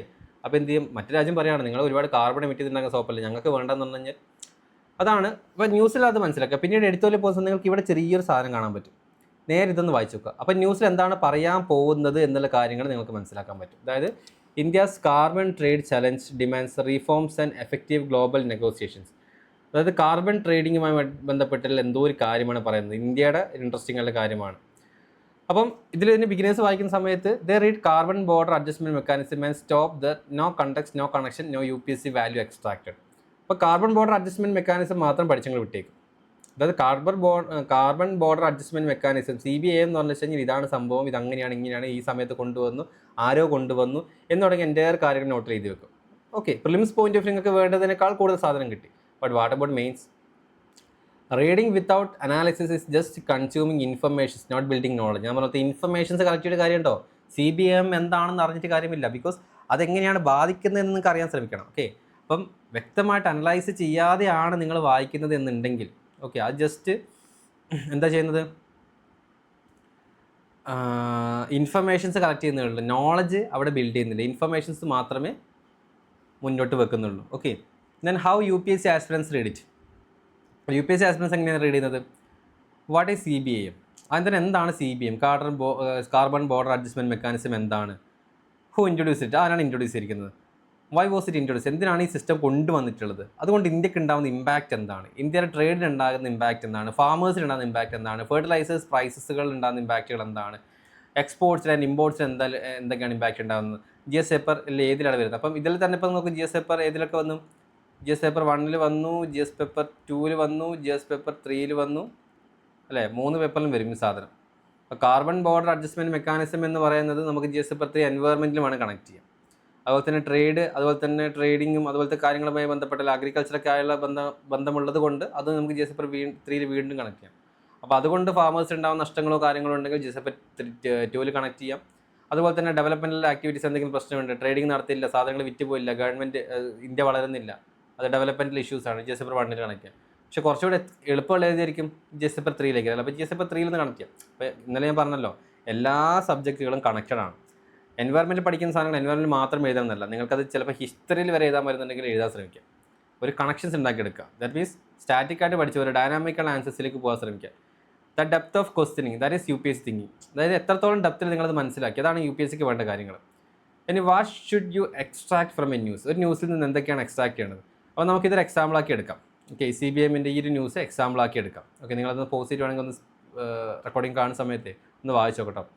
Using the CBM example, 1 news multiple use. അപ്പോൾ ഒറ്റ ന്യൂസാണ് മൾട്ടിപ്പിളായിട്ട് നമുക്ക് അതിന് യൂസ് ചെയ്യാവുന്ന കാര്യങ്ങൾ നോക്കാം. അപ്പോൾ പ്രിലിംസ് പോയിന്റ് ഓഫ് വ്യൂവിൽ അതിൽ നിന്ന് എന്താണ് CBAM, carbon border adjustment mechanism എന്താണ്, ആര് ഇൻട്രൊഡ്യൂസ് ചെയ്തു, എപ്പോഴാണ് ഇത് ഇൻട്രൊഡ്യൂസ് ചെയ്തിട്ടുള്ളത്, അത് എഫക്റ്റ് ചെയ്യുന്ന അങ്ങനെ ആ ഒരു സ്കീം കൊണ്ട് എഫക്റ്റ് ചെയ്യുന്ന സെക്ടേഴ്സുകൾ ഏതൊക്കെയാണ്, മതി. പ്രിലിംസ് അത്ര മാത്രം മതി. ഇനി മെയിൻസിലേക്ക് വരുന്ന സമയത്ത് അതുകൊണ്ട് ആ കാർബൺ ബോർഡർ അഡ്ജസ്റ്റ്മെൻറ്റ് മെക്കാനിസം കൊണ്ട് ഇന്ത്യൻ എക്സ്പോർട്സ് ആൻഡ് ഇമ്പോർട്സിൽ ഉണ്ടാകുന്ന ഇമ്പാക്റ്റുകൾ എന്താണ്. അപ്പം ഇപ്പം UK CBAM ഹൈക്ക് ചെയ്തു അല്ലെങ്കിൽ കൂട്ടിയെന്ന് പറയുന്നു, ഈ അഡ്ജസ്റ്റ്മെൻറ്റ് കൂട്ടിയെന്ന് പറയുന്ന സമയത്ത്. സോ എന്താണ് ഇന്ത്യൻ എക്സ്പോർട്സിൽ ഉണ്ടാകുന്ന ഇമ്പാക്ട്സുകൾ? അപ്പോൾ UK അത് കൂട്ടി എന്ന് പറയുന്ന സമയത്ത് നമുക്ക് അങ്ങോട്ടേക്കൊന്നും എക്സ്പോർട്ട് ചെയ്യാൻ പറ്റില്ല, ചിലപ്പോൾ ഇമ്പോർട്ട് ചെയ്യാൻ പറ്റില്ല. അപ്പോൾ എന്തൊക്കെയാണ് ഇന്ത്യ ഫേസ് ചെയ്യാൻ പോകുന്ന ചലഞ്ചസുകൾ? അതുപോലെ തന്നെ ഈ CBAM മെക്കാനിസം ഉള്ളത് കൊണ്ട് ഇന്ത്യക്ക് ലഭിക്കുന്ന ഓപ്പർച്യൂണിറ്റീസ് ആണ്. ഫോർ എക്സാമ്പിൾ, ഇനിയിപ്പോൾ ഒരു പാകിസ്ഥാൻ കമ്പനി എന്ന് കരുതുക. പാകിസ്ഥാൻ കമ്പനി കാർബൺ വല്ലാതെ എമിറ്റ് ചെയ്തിരിക്കുകയാണ്. അപ്പോൾ എമിറ്റ് ചെയ്തുകൊണ്ടാണ് ഇവർ ചെയ്തുകൊണ്ടിരിക്കുന്നത്. അപ്പോൾ ആ സമയത്ത് കാർബൺ ഒരുപാട് എമിറ്റ് ചെയ്യുന്ന പാകിസ്ഥാൻ്റെ പ്രൊഡക്റ്റുകൾ ഒരു രാജ്യം വാങ്ങുന്നില്ല എന്നത് അത് നമ്മളെ ഓപ്പർച്യൂണിറ്റിയാണ് അല്ലേ. നമുക്ക് ആ ഒരു വേൾഡ് മാർക്കറ്റിലേക്ക് നമുക്ക് ഇറങ്ങാം. അവരില്ലാന്നുണ്ടെങ്കിൽ നമുക്ക് സാധനങ്ങൾ ചീപ്പായിട്ട് കൊടുക്കാം. ഇപ്പോൾ ചൈനീസ് സാധനങ്ങളൊക്കെ വിറ്റ് പോകുന്ന നിങ്ങൾ കണ്ടിട്ടില്ലേ? എന്തുകൊണ്ടാണ്? ഇന്ത്യയിൽ സാധനം ചീപ്പായിട്ട് ഉണ്ടാക്കാൻ പറ്റുന്നില്ല. അതുകൊണ്ട് എന്താ, അത് ചൈനീസ് സാധനങ്ങൾ വളരെ ചീപ്പായിട്ട് ഉണ്ടാക്കിയിട്ട് മാർക്കറ്റിലേക്ക് എത്തിക്കാൻ ശ്രമിക്കാൻ പറ്റുന്നുണ്ട്. അതുകൊണ്ട് ഇത് വാങ്ങിയേ പറ്റും. അതിനേക്കാൾ ചീപ്പായിട്ട് ആർക്കും സ്വന്തം രാജ്യത്തിന് പോലും ഉണ്ടാക്കാൻ പറ്റുന്നില്ല. ഓക്കെ, ഇനി SAയിലേക്ക് വരുന്ന സമയത്ത് ഇതേ ടോപ്പിക്കിൽ നിന്ന് സോഷ്യൽ ജസ്റ്റിസ്, ഗ്രീൻ ട്രേഡ് എന്താണ്, social justice, green trade, sustainable development. അപ്പോൾ സോഷ്യൽ ജസ്റ്റിസ് എന്ന് പറയുന്ന സമയത്ത് കാർബൺ എമിഷൻസ്, ഏതൊക്കെയോ രാജ്യങ്ങൾ ഒരുപാട് കാർബൺ എമിറ്റ് ചെയ്തുകൊണ്ട് നമ്മുടെ രാജ്യത്തെ ആളുകൾ അനുഭവിച്ചുകൊണ്ടിരിക്കുന്നു. വലിയ വലിയ കമ്പനികൾ ഒരുപാട് കാർബൺ എമിറ്റ് ചെയ്യുന്നിട്ട് അവർ പ്രൊട്ടക്റ്റഡ് ആയിരിക്കുന്നു. ഇതൊക്കെ അനുഭവപ്പെടുന്നത് പാവപ്പെട്ട ആളുകളാണ് അല്ലേ, പാവപ്പെട്ട ജനങ്ങളാണ്. വലിയ കമ്പനി ഓണേഴ്സൊക്കെ, ഫാക്ടറി ഓണേഴ്സൊക്കെ എന്താണ്, ഫുൾ ടൈം AC-യിലും വീട്ടിലും ശുദ്ധമായ വായുവൊക്കെ ശ്വസിച്ചിരിക്കുന്ന ആളുകളായിരിക്കും അല്ലേ. പക്ഷേ ആ ഫാക്ടറിയിൽ അടുത്ത് താമസിക്കുന്ന ആളുകൾക്കും ഏറ്റവും കൂടുതൽ ബാധിക്കപ്പെടുന്നത്. എത്തിക്സ് പോയിന്റ് ഓഫ് വരുന്ന സമയത്ത് കോമൺ ബട്ട് ഡിഫറൻഷ്യേറ്റഡ് റെസ്പോൺസിബിലിറ്റി, അതായത് എല്ലാവർക്കും കോമൺ ആണ്. കാർബൺ കുറക്കുക എന്നുള്ളത് എല്ലാവരുടെയും കോമൺ ആയിട്ടുള്ള ഒരു ഉത്തരവാദിത്തമാണ്. ബട്ട് ഡിഫറൻഷ്യേറ്റഡ് റെസ്പോൺസിബിലിറ്റിയാണ്. എന്ന് വെച്ച് കഴിഞ്ഞാൽ ഇന്ത്യ ഒരേപോലെ തന്നെ കുറക്കണം, UK ഒരുപോലെ തന്നെ കുറക്കണമെന്നല്ല. പണ്ടത്തെ കാലത്ത് UK ഒക്കെ ഒരുപാട് കാർബൺ എമിറ്റ് ചെയ്തിട്ടാണ് ഇന്ന് നമ്മൾ പ്രശ്നം ഉണ്ടാകുന്നത്. ഇപ്പോൾ ഇന്ത്യ ഒരു ഇൻഡസ്ട്രിയലൈസേഷൻ പീരീഡിലാണ്. അപ്പോൾ കുറച്ച് എമിറ്റ് ചെയ്തേ പറ്റും. ഇതാണ് കോമൺ ആണ്, ബട്ട് ഡിഫറൻഷ്യേറ്റഡ് റെസ്പോൺസിബിലിറ്റി എന്ന് പറയുന്നത്. Then climate equity, then administrative responsibility.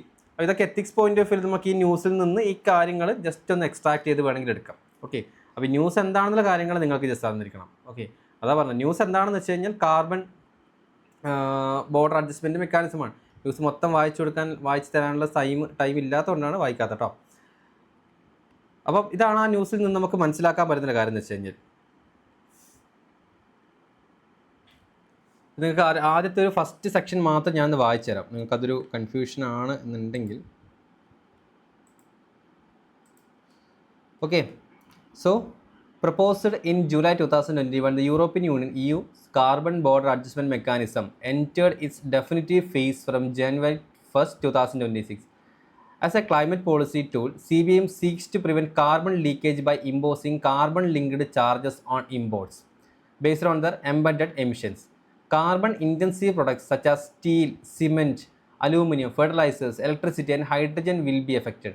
While CBAM could encourage wider adoption of carbon pricing policies and help reduce global emission, it also poses significant challenges for developing countries such as India. അപ്പോൾ ഇതിൽ തന്നെ നമുക്ക് മനസ്സിലായി അല്ലേ. അപ്പോൾ എന്താണ് carbon border adjustment എന്ന് പറയുന്നത്? അതായത് കാർബൺ ഇൻറ്റൻസീവ് ആയിട്ടുള്ള, അതായത് ഒരു പ്രൊഡക്ഷൻ സമയത്ത് കാർബൺ ഒരുപാട് എമിറ്റ് ചെയ്യുന്ന കമ്പനികളാണെന്നുണ്ടെങ്കിൽ, സ്റ്റീൽ, സിമെൻറ്റ്, അലൂമിനിയം, ഫെർട്ടിലൈസേഴ്സ് ഒക്കെ ഒരുപാട് കാർബൺ എമിറ്റ് ചെയ്യുന്നതാണ്. അപ്പോൾ അത് എക്സ്പോർട്ട് ചെയ്യുന്ന സമയത്തൊക്കെ അപ്പം ഒരുപാട് കാർബൺ എമിറ്റ് ചെയ്തിട്ട് മറ്റൊരു രാജ്യത്തേക്ക് നമ്മൾ എക്സ്പോർട്ട് ചെയ്യുന്ന സമയത്ത് ആ രാജ്യം പറയുന്നു, ഓക്കെ നിങ്ങളുടെ സാധനത്തിന് ഞങ്ങൾ താരിഫ് കൊടുക്കും. താരിഫ് എന്ന് വെച്ചാൽ ഇറക്കുമതി ഇറക്കുമതി തീരുവ എന്ന് പറയും. അവിടെ ഇറക്കുമതി ചെയ്യണമെങ്കിൽ താരിഫ് ഇമ്പോസ് ചെയ്യും. ആ താരിഫ് നമ്മൾ കൊടുത്താലും മാത്രമേ ആ സാധനം ആ രാജ്യത്ത് വിൽക്കാൻ പറ്റുള്ളൂ. അപ്പോൾ അവർ പറയും, നോക്കി നിങ്ങൾ ഒരുപാട് കാർബൺ എമിറ്റ് ചെയ്താണ്, നിങ്ങൾക്ക് കഴിഞ്ഞ തവണ നിങ്ങൾ വന്ന് ഇറക്കിയ സമയത്ത് 100 രൂപയാണ്, ഞങ്ങൾ ഇപ്പോൾ എന്ത് ചെയ്തുതരാം 200 രൂപയായിട്ടുണ്ട്. അപ്പോൾ നമ്മൾ ചോദിക്കും എന്തിനാണ് 200 രൂപ?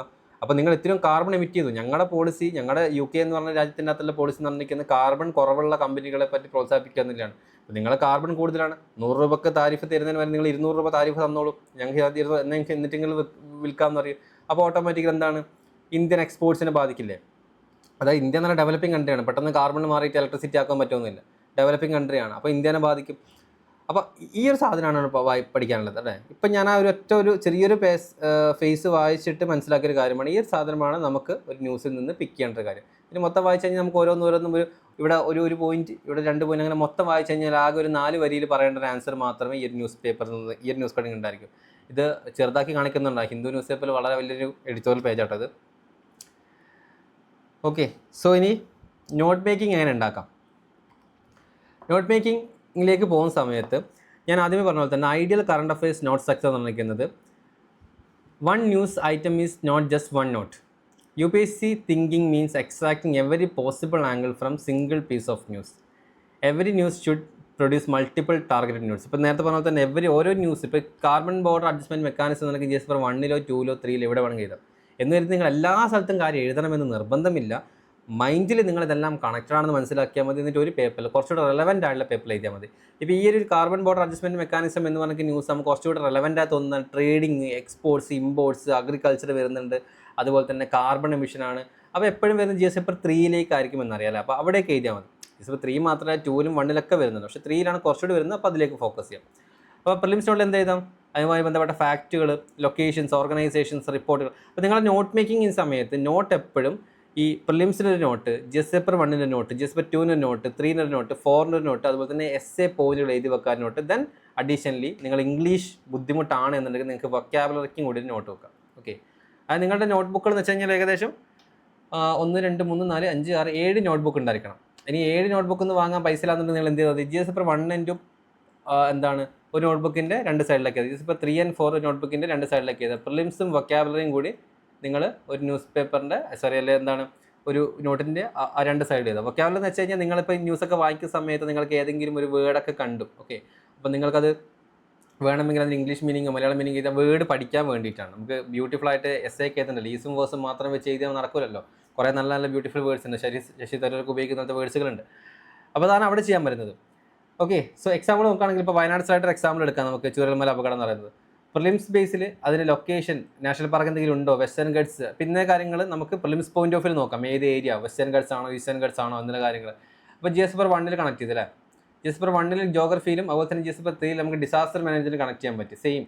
ഇനി SL വരുന്ന സമയത്ത് ക്ലൈമറ്റ് ചേഞ്ച് ആൻഡ് ഡെവലപ്മെൻറ്റ് എന്ന് പറഞ്ഞ സാധനമായിട്ട് കണക്ട് ചെയ്യാൻ പറ്റും. അതായത് ഒറ്റ ന്യൂസ് മാത്രമേ ഉണ്ടാവും. അപ്പോൾ ചൂരൽമല അപകടം എന്ന് വെച്ച് കഴിഞ്ഞാൽ ചൂരൽമല അപകടം ഉണ്ടായ സമയത്ത് എന്തൊക്കെ ഇഷ്യൂസ് നടന്നു, ആളുകൾ മരണപ്പെട്ടല്ലേ, സോഷ്യൽ ജസ്റ്റിസ്, അതുപോലെ തന്നെ ഈ പറഞ്ഞിരിക്കുന്ന ഡെവലപ്മെൻറ്റൽ ആക്ടിവിറ്റീസ്, അവിടെ ഡെവലപ്മെൻ്റ് ഒന്നും കൊടുത്തിട്ടുണ്ടായിരുന്നു, അതുകൊണ്ടാണ് ആളുകൾ അവിടെ തിങ്ങി പാർക്കേണ്ട സാഹചര്യം വന്നിട്ടുണ്ടായിരുന്നത്. GS പേപ്പർ 1-ൽ വരാം. ഓക്കെ, അതിന് വുമൺ പ്രൊട്ടക്ഷൻ ചെയ്യാൻ പറ്റില്ല, അതും GS പേപ്പർ 1-ൽ വരാം. 2-ലാകുന്ന സമയത്ത് സോഷ്യൽ ജസ്റ്റിസ്, അതവിടെ പാഴാക്കി, അത് അവിടേക്ക് വരാം. GS പേപ്പർ 3-ലേക്ക് വരുന്ന സമയത്തോ 3-ലേക്കും സെയിം കൈൻഡ് ഓഫ് സാധനങ്ങൾ നമുക്ക് ഉപയോഗിക്കാം. 3-ലേക്ക് വരുന്ന സമയത്താണ് ഏറ്റവും ഇമ്പോർട്ടൻറ്റ് ഡിസാസ്റ്റർ മാനേജ്മെൻറ്റ്. ഓക്കെ, ഇനി 4-ൽ വരുന്ന സമയത്ത് എത്തിക്കൽ പെർസ്പെക്റ്റീവ്, അതായത് അവിടെ ഈ ഇഷ്യൂസ് സംഭവിക്കുന്ന സമയത്ത് അവിടെ എന്തൊക്കെയാണ് ആക്ടിവിറ്റീസ് നടന്നത്, ഓടിപ്പോകുന്ന സമയത്ത് കയ്യിൽ കാണാൻ പറ്റിയിട്ടാണെങ്കിലും രക്ഷപ്പെടുത്താതെ പോയി, അതൊക്കെ ന്യൂസിൽ വന്ന് കാണിച്ചാൽ അതൊക്കെ എത്തിക്കൽ പെർസ്പെക്റ്റീവിൽ നിങ്ങൾക്ക് എഴുതാൻ പറ്റും. ഓക്കെ, അപ്പോൾ നോട്ട് മേക്കിംഗ് സമയത്ത് വളരെ ഇമ്പോർട്ടൻ്റ് കാര്യം, നോട്ട് മേക്കിംഗ് സമയത്ത് ഇത്രത്തോളം നോട്ട്ബുക്ക് വാങ്ങി വെച്ച് അങ്ങനെ തന്നെ എഴുതുക. അപ്പോൾ നിങ്ങൾ ന്യൂസ് വായിക്കുന്ന സമയത്ത് നിങ്ങൾക്കത് UPSCക്ക് ഇമ്പോർട്ടൻ്റ് ആണെന്ന് തോന്നും. നിങ്ങൾക്ക് എല്ലാ ന്യൂസും ഇമ്പോർട്ടൻ്റ് തോന്നും, ബിഗിനേഴ്സിന് എല്ലാ ന്യൂസും ഇമ്പോർട്ടൻ്റ് ആണെന്ന് തോന്നും. ബട്ട് ഏത് നോട്ടിലേക്ക് എഴുതണം എന്നറിയാവുന്ന സിലബസ് അറിഞ്ഞിരിക്കണമല്ലോ. പിന്നെ നോട്ട്ബുക്കിൻ്റെ ഏറ്റവും ഫസ്റ്റ് സിലബസിൻ്റെ കോപ്പി എടുത്തിട്ട് എന്ത് ചെയ്യുക, നോട്ട്ബുക്കിൻ്റെ ഫസ്റ്റ് ബുക്ക് ഒന്ന് ഒട്ടിച്ചേക്കും. എല്ലാത്തിൻ്റെ വേണമെന്നില്ല. GS പേപ്പർ 1-ൻ്റെ നോട്ടാണെങ്കിൽ GS പേപ്പർ 1-ൻ്റെ മാത്രം, പ്രിലിംസിൻ്റെ മൊത്തം എഴുതി വെച്ചോ. പിന്നെ GS പേപ്പർ 1-ൻ്റെ മെയിൻസ് മാത്രം. ഇനി GS പേപ്പർ 3 ആണെങ്കിൽ പ്രിലിംസിൻ്റെ മൊത്തം ഇരുന്നോട്ടെ, GS പേപ്പർ 3-ൻ്റെ മാത്രം ആ ഒരു ഏരിയ ഞാൻ കാണിച്ചു തന്നില്ലേ, GS പേപ്പർ 3 എന്ന് പറഞ്ഞാൽ ആ ഏരിയ മാത്രം കട്ട് ചെയ്ത് വെച്ചേക്കുക. അപ്പോൾ എന്നിട്ട് ഓരോ ന്യൂസ് വരുന്ന സമയത്ത് ഒന്ന് കണക്ട് ചെയ്ത് നോക്കും, ഇത് ഏത് ന്യൂസുമായിട്ട് ബന്ധപ്പെട്ടാണ്, ഏത് ന്യൂസുമായി ബന്ധപ്പെട്ടാണെന്നുള്ള കാര്യം കണക്ട് ചെയ്ത് നോക്കാം. ഇത് നിങ്ങൾക്ക് നാളെ കാണിച്ചു തരാം. ഇതിൻ്റെ ഒരു ഇമ്പോർട്ടൻസ് ഞാൻ നാളെ കാണിച്ചു തരാം. നാളെ നമ്മൾ റിസർച്ച് വർക്കിൻ്റെ കാര്യം ഞാൻ പറയാൻ പോകുന്നത്. അപ്പോൾ അതിൽ സമയത്ത് കുറച്ചുകൂടി ഡീറ്റെയിൽ ആയിട്ട് മനസ്സിലാവും എന്താണ് സാർ ഇത്രയും നേരം പറഞ്ഞിരിക്കുന്ന സിലബസ് കണക്ഷൻ അറിയേണ്ട ഉത്തരവാദിത്തം. UPSC കറക്റ്റ് സിലബസിനെ ഒതുക്കുന്ന കാണിച്ചു തരാം. ഓക്കെ, പ്രിലിംസ് അല്ലെങ്കിൽ മെയിൻസിൽ. Okay, separate notebooks, better UPSC understanding. What most beginners do? അപ്പോൾ ഞാൻ നേരത്തെ പറഞ്ഞ സ്മാർട്ട് സിസ്റ്റം എന്ന് പറഞ്ഞിരിക്കുന്നത് സെപ്പറേറ്റ് ആയിട്ടുള്ള ബുക്കുകൾ ക്രിയേറ്റ് ചെയ്യാന്നുള്ളതാണ്. അത് തന്നെയാണ് പറഞ്ഞത്, നേരത്തെ പറഞ്ഞ സാധനം തന്നെയാണ്. Prelims note, GS1, GS2, GS3, GS4, SA note book. അപ്പോൾ കൺഫ്യൂഷൻ ഉണ്ടാവില്ല, ടോപ്പിക്സ് എന്ത് ചെയ്യില്ല, ഓവർലാപ്പ് ചെയ്യില്ല. അതുപോലെ തന്നെ സിലബസ് ക്ലാരിറ്റി കുറച്ചുകൂടി വരും. നമ്മളിങ്ങനെ ഒരൊറ്റ നോട്ട് ബുക്കിൻ്റെ അകത്ത് കണ്ടിന്യൂസ് ആയിട്ട്, ഇപ്പോൾ ബിഗിനേഴ്സ് ചെയ്യുന്ന കാര്യം എന്ന് വെച്ച് കഴിഞ്ഞാൽ ഒറ്റ നോട്ട് ബുക്ക്, അതിൽ തന്നെ എല്ലാം മിക്സ് ചെയ്തു. ഓക്കെ, അപ്പോൾ കംപ്ലീറ്റ് നോക്കി കഴിഞ്ഞാൽ GS4 1ഉം 2ഉം 3ഉം ഒക്കെ മിക്സ് ചെയ്തിട്ടായിരിക്കും ഉണ്ടാവും. അപ്പോൾ ഒന്നും മനസ്സിലാവും, ഇത് എവിടെയാണ് എന്താണ് പഠിക്കുന്ന കാര്യം മനസ്സിലാവും. നോട്ട് ബുക്കുകൾ കുറേ ഉണ്ടായിരിക്കും. സോ അതിന് പകരമായിട്ട് എന്ത് ചെയ്യുക നിങ്ങൾ, അതിന് പകരമായിട്ട് കൺഫ്യൂഷൻസ് ഒഴിവാക്കാണ്ട് GS4 3 ആണെങ്കിൽ GS4 3 മാത്രം. അപ്പോൾ നിങ്ങൾക്ക് ഒരു വൺ ടൈം എന്ന റിവിഷൻ പോകുന്ന സമയത്ത് നിങ്ങൾക്ക് കഴിഞ്ഞൊരു മാസം അല്ലെങ്കിൽ കഴിഞ്ഞൊരു വർഷം GS4 3 എന്ന് പറഞ്ഞിരിക്കുന്നത്, അതിൽ എൻവയോൺമെൻറ്റ് ആയിക്കോട്ടെ, എക്കണോമി ആയിക്കോട്ടെ, അതിൽ നടന്നിരിക്കുന്ന സംഭവ വികാസങ്ങൾ നിങ്ങളുടെ മൈൻഡിലേക്ക് വരും. ഇത് 100% നിങ്ങളുടെ മെയിൻസിന് ഉപകാരപ്പെടും. 101% നിങ്ങളുടെ മെയിൻസിൽ ഉപകാരപ്പെടും ഇങ്ങനെ നിങ്ങൾ എഴുതാൻ തുടങ്ങിക്കഴിഞ്ഞ് കഴിഞ്ഞാൽ. ഓക്കെ, ഈ ഒരു മെത്തേഡ് ഫോക്കസ് ചെയ്യുക. കാരണം നിങ്ങൾ ഒരു ലാസ്റ്റ് ടൈമിലേക്ക് പോകുന്ന സമയത്ത്, ഫോർ എക്സാമ്പിൾ നിങ്ങൾ ഇങ്ങനെ നോട്ട്ബുക്ക് സിസ്റ്റമാണ് പോകുന്നുണ്ടെങ്കിൽ ലാസ്റ്റ് ടൈമിൽ പോകുന്ന സമയത്ത് GS4 1 നിങ്ങൾക്കൊരു 5 നോട്ട്ബുക്ക്, GS4 2 നിങ്ങൾക്കൊരു 5 നോട്ട്ബുക്ക്. അപ്പോൾ നാളെ GS4 1 ആണ് എന്നുണ്ടെങ്കിൽ നിങ്ങൾക്ക് ഈ 5 നോട്ട്ബുക്ക് റിവൈസ് ചെയ്താൽ മതി. ഈസി ആയിട്ട് നിങ്ങൾ ജസ്റ്റ് തുറക്കുന്ന മുതൽ വായിച്ചങ്ങ് പോയാൽ മതി. കറക്റ്റ് ഒരു സ്റ്റോറി കിട്ടുകയും ചെയ്യും. അതായത് ഈ സ്റ്റോറി ഇങ്ങനെ കിട്ടും. ഇപ്പോൾ GS4 2 എക്സാമാണ്. ഇപ്പം നമ്മളെ ഈ ഇൻ്റർനാഷണൽ റിലേഷൻസ് ഒക്കെ ഒരു കണക്ഷനാണ്. എന്ന് വെച്ച് കഴിഞ്ഞാൽ ന്യൂസിൽ ഇന്ന് കാണുന്ന സാധനവുമായി ബന്ധപ്പെട്ട കാര്യങ്ങൾ ഇനി നാളെ ഉണ്ടാവും. ന്യൂസ് പേപ്പർ എന്ന ഡിഫിക്കൽട്ടായ സാധനം കേട്ടോ, അത് തന്നെ പറഞ്ഞേക്കാം. നമ്മൾ ആദ്യത്തെ ഒരു മാസമാണ് ന്യൂസ് പേപ്പർ ഡിഫിക്കൽട്ട്. പിന്നീട് അങ്ങോട്ടേക്ക് സെയിം സാധനം. ഇപ്പോൾ ടോപ്പേഴ്സൊക്കെ നിങ്ങൾ കാണുന്നില്ല, ടോപ്പേഴ്സൊക്കെ ജസ്റ്റ് ഒന്ന് പേപ്പർ എടുക്കും, തുറന്ന് നോക്കും, 2-3 പേജ് വായിച്ച് നോക്കും, മറിച്ചിട്ട് പോകും. നോട്ട് മേക്കിങ്ങിലൊന്നുമില്ല. ടോപ്പേഴ്സ് മീൻസ് അത്യാവശ്യം ബോധമുള്ള UPSC ആസ്പിറൻസ്. അത് കുറച്ച് പഠിച്ചാൽ, കാരണം ബിക്കോസ് അവർ സെയിം റിപ്പീറ്റഡ് ആയ സാധനം എന്താണ് ഒരു ദിവസം കൊണ്ട് മാറാൻ പോകുന്നത്. അപ്പോൾ നമ്മൾ ആദ്യം വായിക്കുന്ന സമയത്ത് ഭയങ്കര കൺഫ്യൂഷൻ ആയിരിക്കും. പക്ഷെ ഒരു മാസം കഴിയുന്ന സമയത്ത് ന്യൂസ് പേപ്പറൊക്കെ ഭയങ്കര ഫെമിലിയർ ആയിട്ട് മാറും. എല്ലാം സെയിം സാധനം തന്നെ, അതിൻ്റെ അപ്ഡേഷൻ ഉണ്ടായിരിക്കും. അപ്പോൾ നിങ്ങൾ ഇങ്ങനെ നോട്ട് മേക്കുന്നതുകൊണ്ട് ഇപ്പോൾ GS4 2 മാത്രം എക്സാം ആണ്. ഇപ്പം ഇസ്രായേൽ പാലസ്തീൻ ഇഷ്യയുമായി ബന്ധപ്പെട്ട ന്യൂസ് നിങ്ങൾ എഴുതി. ഓക്കെ, പിന്നീട് നാളത്തെ ന്യൂസ് പേപ്പർ സമയത്ത് വീണ്ടും ഒരു അപ്ഡേറ്റ്സ് വരുന്നത് ഇസ്രായേൽ സമാധാന ചർച്ചയ്ക്ക് ഓക്കെയാണ്. മറ്റന്നാൾ വീണ്ടും ഒരു ന്യൂസിൻ്റെ അപ്ഡേറ്റ് വരുന്നതാണ്, ഇന്ത്യ ഇതിനെ തയ്യാറെടുക്കുകയാണ്. അപ്പോൾ നിങ്ങളിത് റിവൈസ് ചെയ്യുന്ന സമയത്ത് നിങ്ങൾക്ക് മൊത്തം ആ സ്റ്റോറി കിട്ടി. ഇനി അതിന് പകരമായിട്ട് നിങ്ങളൊരു സിംഗിൾ നോട്ടാണെന്നുണ്ടെങ്കിലോ എഴുതുന്നത്, നിങ്ങൾ ആദ്യം ഈ നോട്ട് എഴുതും. അപ്പോൾ ആ നോട്ടിൻ്റെ അകത്ത് തന്നെ ആദ്യം നിങ്ങൾ ഇസ്രായേൽ പാലസ്തീൻ ഇഷ്യൂസ് വരും, പിന്നെ ഉടനെ തന്നെ ക്ലൈമറ്റ് ചേഞ്ച് ന്യൂസ് വന്നിട്ട് അത് എഴുതിയിട്ടുണ്ടാവും, പിന്നെ ഡെവലപ്മെൻറ്റൽ ന്യൂസ് വന്നിട്ടുണ്ടാവും. പിറ്റേ ദിവസം ഈ സാധനങ്ങളൊക്കെ എഴുതി വെച്ചു. അന്നേരം ഈ പറഞ്ഞ ന്യൂസുമായി ബന്ധപ്പെട്ടൊന്നുമില്ല. മൂന്നാമത്തെ ദിവസം വരുന്ന സമയത്ത് നിങ്ങൾക്ക് ആ ഇസ്രായേൽ പാലസ്തീൻ ഇഷ്യൂസ് വീണ്ടും വരുന്നു. അപ്പോൾ നിങ്ങൾക്ക് ഇവിടെ ഇങ്ങോട്ടേക്കുള്ള കണക്ഷൻ കിട്ടിയിട്ടില്ല. റിവൈസ് ചെയ്യുന്ന സമയത്ത് നിങ്ങൾ ആകെ കൺഫ്യൂഷനാവും. ഒന്ന്. രണ്ടാമത് നിങ്ങൾ നാളെ എക്സാമിനേഷൻ വരുന്ന സമയത്ത് ഈ ഒറ്റ നോട്ട് സമ്പ്രദായമാണെന്നുണ്ടെങ്കിൽ, ഒരു നോട്ട് മാത്രം എഴുതാണെന്നുണ്ടെങ്കിൽ ഒരു 10-20 നോട്ട് ബുക്ക് കയ്യിലുണ്ടാവും. ഈ 20 നോട്ട് ബുക്കും തപ്പി നടന്നാൽ GS4 1 ഏതാണെന്നുള്ള കണക്ട് ചെയ്ത് കണ്ടുപിടിക്കാൻ തന്നെ ഒരു സമയം എടുക്കും. വെറുതെ എന്തിനാണ് ഡിഫിക്കൽട്ടൊക്കെ, ഏത് സമയത്ത് 2 നോട്ട് ബുക്കിലൊക്കെ എഴുതിയാൽ പോലും. അതുകൊണ്ട് എല്ലാ സമയത്തും നിങ്ങൾ പഠിക്കുന്ന നിങ്ങളുടെ ടേബിളിൻ്റെ അടുത്ത്, സ്റ്റഡി ടേബിളിൻ്റെ മുന്നിൽ ഈ പറഞ്ഞിരിക്കുന്ന വേറെ ഒന്നും കാണരുത്. സ്റ്റഡി ടേബിളിൻ്റെ മുന്നിൽ വേറെ ഒരു ടെക്സ്റ്റ് ബുക്ക് ഒന്നും കാണാം. അത് നിങ്ങളെ മനസ്സ് മടുപ്പിക്കും. നിങ്ങൾ കാണുന്ന വന്നിരുന്നപ്പം രാവിലെ തന്നെ ഒന്ന് സന്തോഷത്തോടു കൂടി ഒക്കെ ഇന്നലെ UPSC നന്നായിട്ട് പഠിക്കണം എന്ന് ആലോചിച്ച് വന്നിരിക്കുന്ന സമയത്ത് മല പോലെ ബുക്ക് അട്ടിക്ക് വെച്ചിട്ടുണ്ടെങ്കിൽ നിങ്ങളുടെ കോൺഫിഡൻസ് അവിടെ ചോരും. നിങ്ങൾ പാനിക്കാവും, നിങ്ങൾ ഓടി നടന്ന് പഠിക്കാൻ ശ്രമിക്കും. അതുകൊണ്ട് നിങ്ങൾ ഇറങ്ങി എഴുന്നേക്കുന്ന സമയത്ത് മുന്നിൽ കുറച്ച് മാപ്പുകളും കാര്യങ്ങളും സിലബസ് കൊട്ടിച്ച് വെക്കുക. പിന്നെ നിങ്ങൾക്കൊരു മൈൻഡ് മാപ്പ് കാര്യങ്ങളൊക്കെ അല്ലെങ്കിൽ ജസ്റ്റ് ഒന്ന് പിൻ ചെയ്ത് വെക്കാനുള്ളൊരു തെർമോക്കോളിൻ്റെ സാധനങ്ങളൊക്കെ കൊട്ടിച്ച് വെച്ചാൽ മാത്രം മതി. വേറെ ഒരുപാട് ബുക്കൊന്നും അട്ടിക്ക് വെക്കരുത്. അതിൽ തന്നെ കോൺഫിഡൻസ് പോകുന്നതിനേക്കാൾ കൂടുതൽ നമ്മൾ ഭയങ്കര ടെൻഷൻ അടിക്കും. ഇതൊക്കെ തീർക്കണമല്ലോ എന്ന് കരുതി എല്ലാം പുറകിൽ വെക്കുക, പുറകിലൊരു ഷെൽഫ് കൊണ്ടുവെക്കുക. നിങ്ങളുടെ മുന്നിൽ അറ്റ്ലസ് ഇന്നലെ പഠിച്ചിരിക്കുന്ന ബുക്ക്, ഉറങ്ങാൻ നേരത്തെ പഠിച്ചിരിക്കുന്ന ബുക്ക് ഏതാണോ അത്, പിന്നെ ഈ പറഞ്ഞിരിക്കുന്ന കറണ്ട് അഫയേഴ്സിലെ 4 നോട്ട് ബുക്കുകൾ, ഇത് മാത്രമേ നിങ്ങളുടെ മുന്നിൽ ഉണ്ടാകാൻ പാടുള്ളൂ. പിന്നെ മെയിൻസ് ആൻസർ റൈറ്റിങ്ങിൻ്റെയും പ്രിലിംസിൻ്റെയും ഈ പറഞ്ഞിരിക്കുന്ന ബുക്ക്ലെറ്റുകളും. ഇതിനപ്പുറത്തേക്ക് വേറെ ഒന്നും ഉണ്ടാവരുത്. കാരണം ഇന്നലെ പഠിച്ചിരിക്കുന്ന ബുക്ക് വരുന്നു, നമ്മൾ രാവിലെ തുറന്ന് നോക്കുന്നു, ഇന്നലെ പഠിച്ചൊന്ന് റിവൈസ് ചെയ്യുന്നു, മാറ്റി വെക്കുന്നു. ദെൻ ന്യൂസ് പേപ്പർ വായിക്കുന്ന സമയത്ത് ഈ പറഞ്ഞ സാധനങ്ങളൊക്കെ നോക്കുന്നു. അപ്പോൾ അറ്റസ് ഉണ്ടെങ്കിൽ അറ്റസിൽ കറണ്ട് അഫയേഴ്സുമായി ബന്ധപ്പെട്ട് നോക്കാം. പിന്നെ PYQ വേണം കേട്ടോ, വിട്ടുപോയതാണ്. PYQ, അതായത് കഴിഞ്ഞ 10 വർഷത്തെ PYQ എങ്കിലും പ്രിൻ്റ് ഔട്ട് എടുത്തിട്ട് മുന്നിൽ വെക്കണം. അപ്പോൾ നമ്മളൊക്കെ ആണെങ്കിൽ ഇവിടുന്ന് ഫ്രണ്ട്സിനോട് എപ്പോഴും പറയുന്ന കാര്യമാണ്, സിലബസ്, PYQ ഇതൊക്കെ നിങ്ങളുടെ കയ്യിൽ വേണം. ഇവിടെ വരുന്ന സമയത്ത് നമ്മൾ ആദ്യം വാങ്ങിപ്പിക്കുന്ന സാധനമാണ് PYQ. നിങ്ങൾ വാങ്ങണം.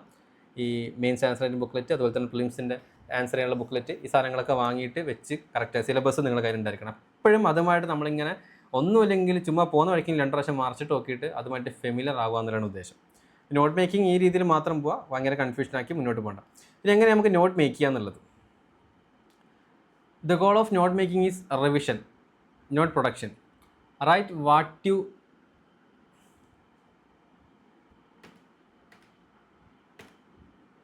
Okay, how to make notes. The goal of note making is revision. അപ്പോൾ റിവിഷന് വേണ്ടിയിട്ടല്ലേ നോട്ട് മേക്ക് ചെയ്യുന്നത്, അല്ലാതെ വീണ്ടും അതേ ന്യൂസ് തന്നെ വീണ്ടും മാറ്റി ചെയ്യുന്നല്ലോ. അതുകൊണ്ട് എന്താണ് നിങ്ങൾക്ക് മനസ്സിലായത് എന്നുള്ളത് നിങ്ങളുടെ ഭാഷയിൽ എഴുതുക. എന്ന് വെച്ച് കഴിഞ്ഞാൽ നമ്മളിപ്പോൾ ഒരു ന്യൂസ് വായിക്കുന്നു, ആ ന്യൂസ് വായിച്ചിട്ട് അപ്പോൾ ഒരുപാട് പോയിന്റുകൾ അതിനകത്ത് കാണും നിങ്ങൾ. അയ്യോ ഇതാ ഈ പോയിൻ്റൊക്കെ ഇമ്പോർട്ടൻ്റ് ആണല്ലോ എന്ന് കരുതി പോയിന്റുകളിലും ഫോക്കസ് ചെയ്ത് പോകുന്നതിന് പകരമായിട്ട് എന്ത് ചെയ്യാം, നിങ്ങൾ ആദ്യം ആ ന്യൂസ് വായിച്ചതിന് ശേഷം ന്യൂസ് എൻറ്ററിൽ നിങ്ങൾ ബുക്കും പേനൊന്നും കയ്യിലില്ലാതെ മൊത്തത്തിൽ വായിച്ചു. അപ്പോൾ നിങ്ങൾക്ക് എന്താണ് മനസ്സിലായത്, ഒരു അണ്ടർസ്റ്റാൻഡിങ് ഉണ്ടാവില്ല. Okay this news is talking about this or that, എന്തെങ്കിലും ആയിക്കോട്ടെ, അല്ലെങ്കിൽ ഇംഗ്ലീഷിലായിക്കോട്ടെ, മലയാളം ആയിക്കോട്ടെ, മംഗ്ലീഷ്, ഏത് ലാംഗ്വേജിൽ വേണമെങ്കിലും എഴുതിക്കോളൂ. ആദ്യം തന്നെ ഇംഗ്ലീഷ് അറിയുന്നതനുസരിച്ച് പേടിക്കുന്നു വേണ്ട. മലയാളത്തിലാണെങ്കിൽ മലയാളം ഈ ന്യൂസിൻ്റെ കാര്യമായി ബന്ധപ്പെട്ടതാണ് പറയുന്നത്, ഇങ്ങനെ കാര്യങ്ങൾ പറയുന്നുണ്ട്. ആദ്യത്തെ ഒരു 3-4 വരി, നിങ്ങളുടെ നോട്ട്ബുക്കിന് ആദ്യത്തെ ഒരു 3-4 വരികൾ നിങ്ങൾക്ക് എന്താണോ മനസ്സിലായത്, what you had understood from the news, അതാണ് നിങ്ങൾ എഴുതി വെക്കേണ്ടത്. ഓക്കെ, അല്ലാതെ എൻ്റെ ന്യൂസ് പേപ്പർ അല്ലെങ്കിൽ ഓരോ ന്യൂസിൻ്റെ കുറച്ച് ഭാഗങ്ങൾ വായിക്കുന്നു, അത് മനസ്സിലാവുന്നു, ഇവിടെ വന്ന് എഴുതി വെക്കുന്നു, പിന്നെ അടുത്ത ഭാഗം വായിക്കുന്നു, മനസ്സിലാവുന്നു, എഴുതി വെക്കുന്നു, വീണ്ടും അടുത്ത ഭാഗം വാങ്ങുന്നു, കുറേ അടുത്ത് എഴുതി വെക്കുന്നു. അങ്ങനെ എഴുതി വെച്ചാൽ നിങ്ങൾക്ക് എൻ്റെ ന്യൂസ് മനസ്സിലാവില്ല. ആദ്യം മൊത്തത്തിലിരുന്ന് വായിച്ചു നോക്കാം. അപ്പോൾ ഒരു ഏകദേശം ഐഡിയ കിട്ടും, ഇത് എന്തിനെ പറ്റിയാണ് സംസാരിക്കുന്നത് എന്തെങ്കിലും ഒരു ഐഡിയ കിട്ടും. ഇപ്പോൾ CBIഎമ്മിൻ്റെ നമ്മൾ ന്യൂസ് കണ്ടില്ലേ, അപ്പം അതിൽ എന്തിനെ പറ്റിയാണ് സംസാരിക്കുന്നതെങ്കിലും ഐഡിയ. അപ്പോൾ ഇന്ത്യ ഉണ്ടോ, യൂറോപ്യ ഉണ്ടോ, ട്രേഡ് ഉണ്ടോ, സിമെൻറ്റ് ഉണ്ടോ, അല്ലെങ്കിൽ ഫെർട്ടിലൈസർ ഉണ്ടോ, ഒന്നും നമുക്ക് നോക്കണമില്ല, എന്താണ് പറയുന്നത്. അപ്പോൾ നമ്മളെ ന്യൂസ് കണ്ടപ്പോൾ തന്നെ ഓക്കെ CBIഎം എന്ന് പറയുന്ന സമയത്ത് ഇങ്ങനെ എന്തോ ഒരു സംഭവമാണ്, അത് മതി, അത് മാത്രം വെച്ചത്. ഇപ്പോൾ ബാഡ് നോട്ട് എന്ന് പറഞ്ഞാൽ CBIഎം was introduced by EU in 2008 as a carbon pricing mechanism for imports എന്നൊക്കെ പറഞ്ഞ് നമ്മൾ എഴുതി വെക്കുക. അങ്ങനെ നോട്ട് ചെയ്ത് വെക്കേണ്ട പോരുത്. ഈ ജസ്റ്റ് നമ്മൾ ന്യൂസ് പേപ്പർ കോപ്പി ചെയ്യുന്ന ഒരു മെത്തേഡാണ്. അതിന് പകരമായിട്ട് നമ്മൾ എന്ത് ചെയ്യുക, CBIഎം increased compliance cost for carbon intensive export. അപ്പം ഇതിപ്പോൾ എന്താണെന്ന് വെച്ച് കഴിഞ്ഞാൽ CBIഎം, ഇത് മലയാളത്തിൽ ഞാൻ പറഞ്ഞുതരാം. നിങ്ങൾ മലയാളത്തിലാണ് നോട്ട് ചെയ്യുന്നുണ്ടെങ്കിൽ ഇങ്ങനെ എഴുതാം.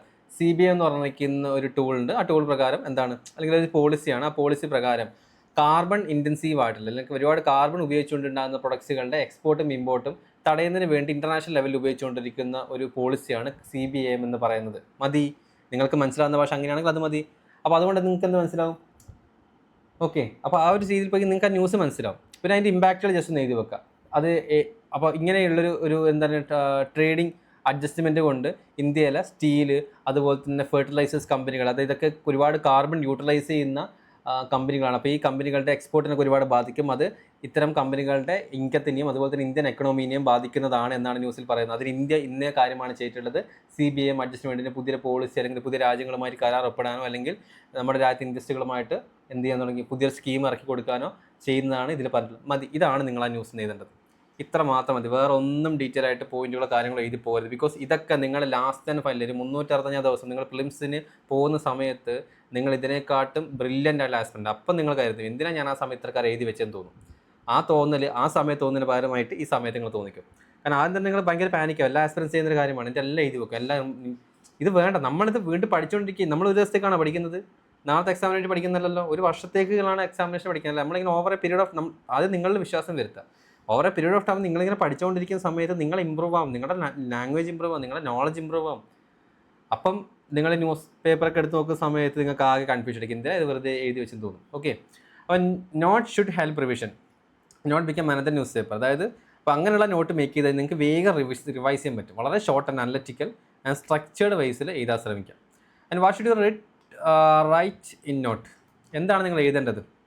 Do not write entire news articles, full editorials, long paragraphs, verbatim sentence. അതായത് നേരെ കൺവേർട്ട് ചെയ്തിരിക്കുന്ന സാധനങ്ങളൊന്നും എഴുതാൻ നിൽക്കരുത്.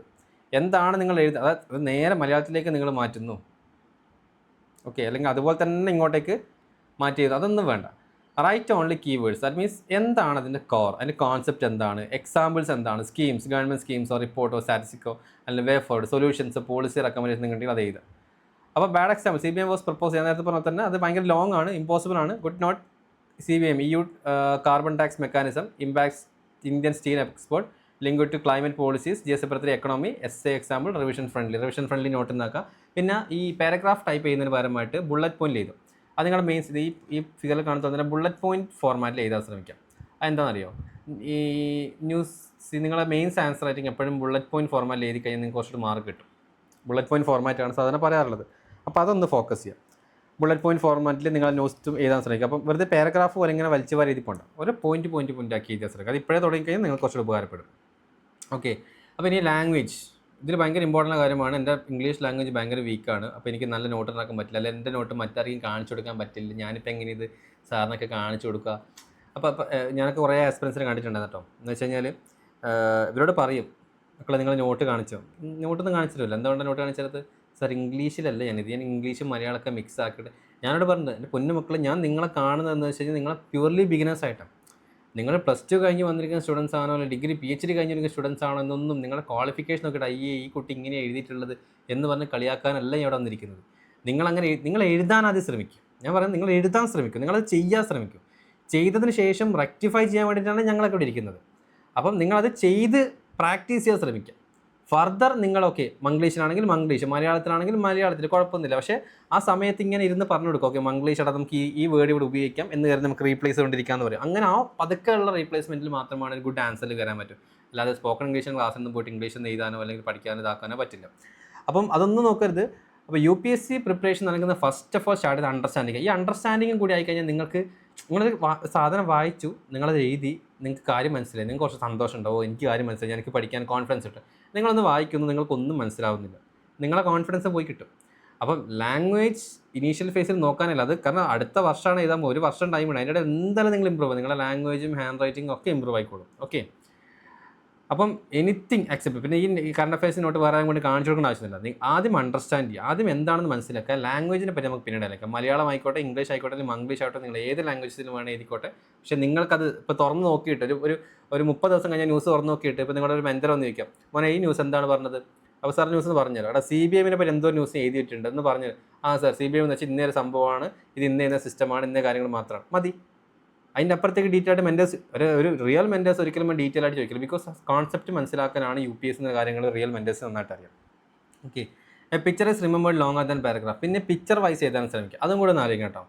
അപ്പോൾ പിക്ചറൈസ് ചെയ്യാൻ ശ്രമിക്കുക. അപ്പോൾ കാർബൺ ട്രേഡ് അഡ്ജസ്റ്റ്മെൻറ്റ് അല്ലെങ്കിൽ ഒരു എന്താണ് എക്സ്പോർട്സുമായി ബന്ധപ്പെട്ടത്. അപ്പോൾ എക്സ്പോർട്സ് എന്ന് പറയുന്ന സമയത്ത് നമ്മുടെ മൈൻഡിലേക്ക് ഫസ്റ്റ് വരുന്ന കപ്പലേക്ക്, ഒരു കപ്പലൊക്കെ വരച്ചിട്ടേക്ക് ചുമ്മാ. ഇതെന്ന് വെച്ച് കഴിഞ്ഞാൽ നോട്ടൊക്കെ കാണാൻ നല്ല കോമഡി ആയിരിക്കും, നിങ്ങൾക്കൊരു എൻ്റർടൈൻമെൻറ്റും കിട്ടും, പിന്നെ മോർ ദൻ മൈൻഡിൽ എപ്പോഴും സ്ട്രൈക്ക് ചെയ്തിരിക്കും. അപ്പോൾ നാളെ നിങ്ങൾ ആ ന്യൂസ് എടുത്ത് നോക്കുന്ന സമയത്ത് ഇത് ഞാൻ അന്ന് വരച്ചൊരു നോട്ടാണെന്നുള്ള കാര്യങ്ങൾ നിങ്ങൾ മൈൻഡിലേക്ക് വരും. അപ്പോൾ എക്സ്പോർട്സ് ആയിക്കോട്ടെ, എന്ത് കാര്യങ്ങളായിക്കോട്ടെ, നിങ്ങൾക്ക് പിക്ചർ റെപ്രസെൻറ്റേഷൻ എന്തെങ്കിലും കൊടുക്കാൻ പറ്റുന്നുണ്ടെങ്കിൽ ചെയ്തോളൂ. ഓക്കെ, ഇപ്പം എന്താണ് ഓസോൺ പാളികൾക്ക് വിള്ളലുണ്ടെങ്കിൽ ജസ്റ്റ് വേണമെങ്കിൽ നിങ്ങൾ ചിത്രം വരച്ചിട്ട്, നിങ്ങളെ നോട്ടാണ്, വേറെ ആരും അതൊന്നും ജഡ്ജ് ചെയ്യാൻ പോകുന്നില്ല, അതിന് മറ്റ് ഇൻറ്റേർണൽ മാർക്സ് കൊടുക്കാനും പോകുന്നില്ല. നിങ്ങൾക്ക് എങ്ങനെയൊക്കെ രീതിയിൽ മനസ്സിലാക്കാൻ പറ്റുമോ അത് നിങ്ങൾക്ക് ഉപയോഗിക്കാം. ഈ ഒരു സാധനം ഞാൻ ഭയങ്കര ഇൻട്രസ്റ്റിംഗ് ആയിട്ടൊരു ആസ്പിറൻസിൻ്റെ ഒരു നോട്ട്ബുക്ക് വാങ്ങിയ സമയത്ത്, പൊളിറ്റി നോട്ട്ബുക്കാണ്.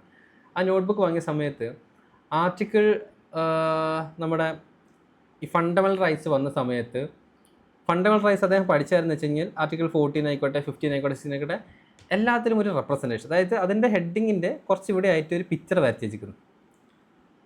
ഓക്കെ, അപ്പോൾ ആർട്ടിക്കിൾ 40 റൈറ്റ് ടു ഇക്വാലിറ്റി എന്ന് പറയുന്ന സമയത്ത് എന്താണ്, രണ്ടുപേരും ഒരേ ഹൈറ്റിലൊക്കെ കാണിച്ചിട്ട് ഇങ്ങനെ വെച്ചിട്ട് ഇക്വാലിറ്റി നെയ്ത് വെക്കുന്നു, ഒരേ ഹൈറ്റിൽ നല്ല രീതിയിൽ ചിത്രം വെച്ചിട്ടുണ്ട്. ഇനി എന്താണ് ആർട്ടിക്കിൾ 70th സമയത്ത് അൺടച്ചബിലിറ്റി, ഒരുത്തർ ഇങ്ങനെ കിടക്കുന്നു, മറ്റവരിങ്ങനെ തൊടാൻ സമ്മതിക്കാതെ ഇവിടെ ഇങ്ങനെ വൈബ്രേഷൻ പോലെ വരച്ച് ഭയങ്കര കോമഡി ആയിട്ട് വരച്ച് കാണിച്ചിട്ടുണ്ട്. ആർട്ടിക്കിൾ 20 വരച്ചാണ് കോമഡി അല്ല, റൈറ്റ് ടു ലൈഫ്, ഒരുത്തൻ്റെ ചിത്രം വരച്ചിട്ടുണ്ട്, അവനൊരു തോക്ക് വെച്ചിട്ട് മറ്റവനെ വെടിച്ചിടുന്നു. ഇതിൻ്റെ അവിടെ വെച്ചിരിക്കുന്ന ആർട്ടിക്കിൾ 20 വെച്ചാൽ ആർട്ടിക്കിൾ 20 വെച്ചാൽ അല്ല, റൈറ്റ് ടു ലൈഫ്, ജീവിക്കാനുള്ള അവകാശം, ഇവനെ ഇങ്ങനെ ചൂണ്ടിക്കാണിച്ചിട്ട് ആർട്ടിക്കിൾ 20 എഴുതിയിരിക്കുന്നു. നല്ല രസമായിരുന്നു. അതുകൊണ്ട് തന്നെ ഞാൻ പറഞ്ഞു, അത് ഏകദേശം എനിക്ക് തോന്നുന്നൊരു 4 വർഷമായി ഈ സാധനം കണ്ടിട്ട്, ഇപ്പോഴും ആ മൈൻഡിലാണ്. ഇതിൻ്റെ ഇടയിൽ ഒരുപാട് ന്യൂസ് പേപ്പേഴ്സ് ഈ പറഞ്ഞിരിക്കുന്ന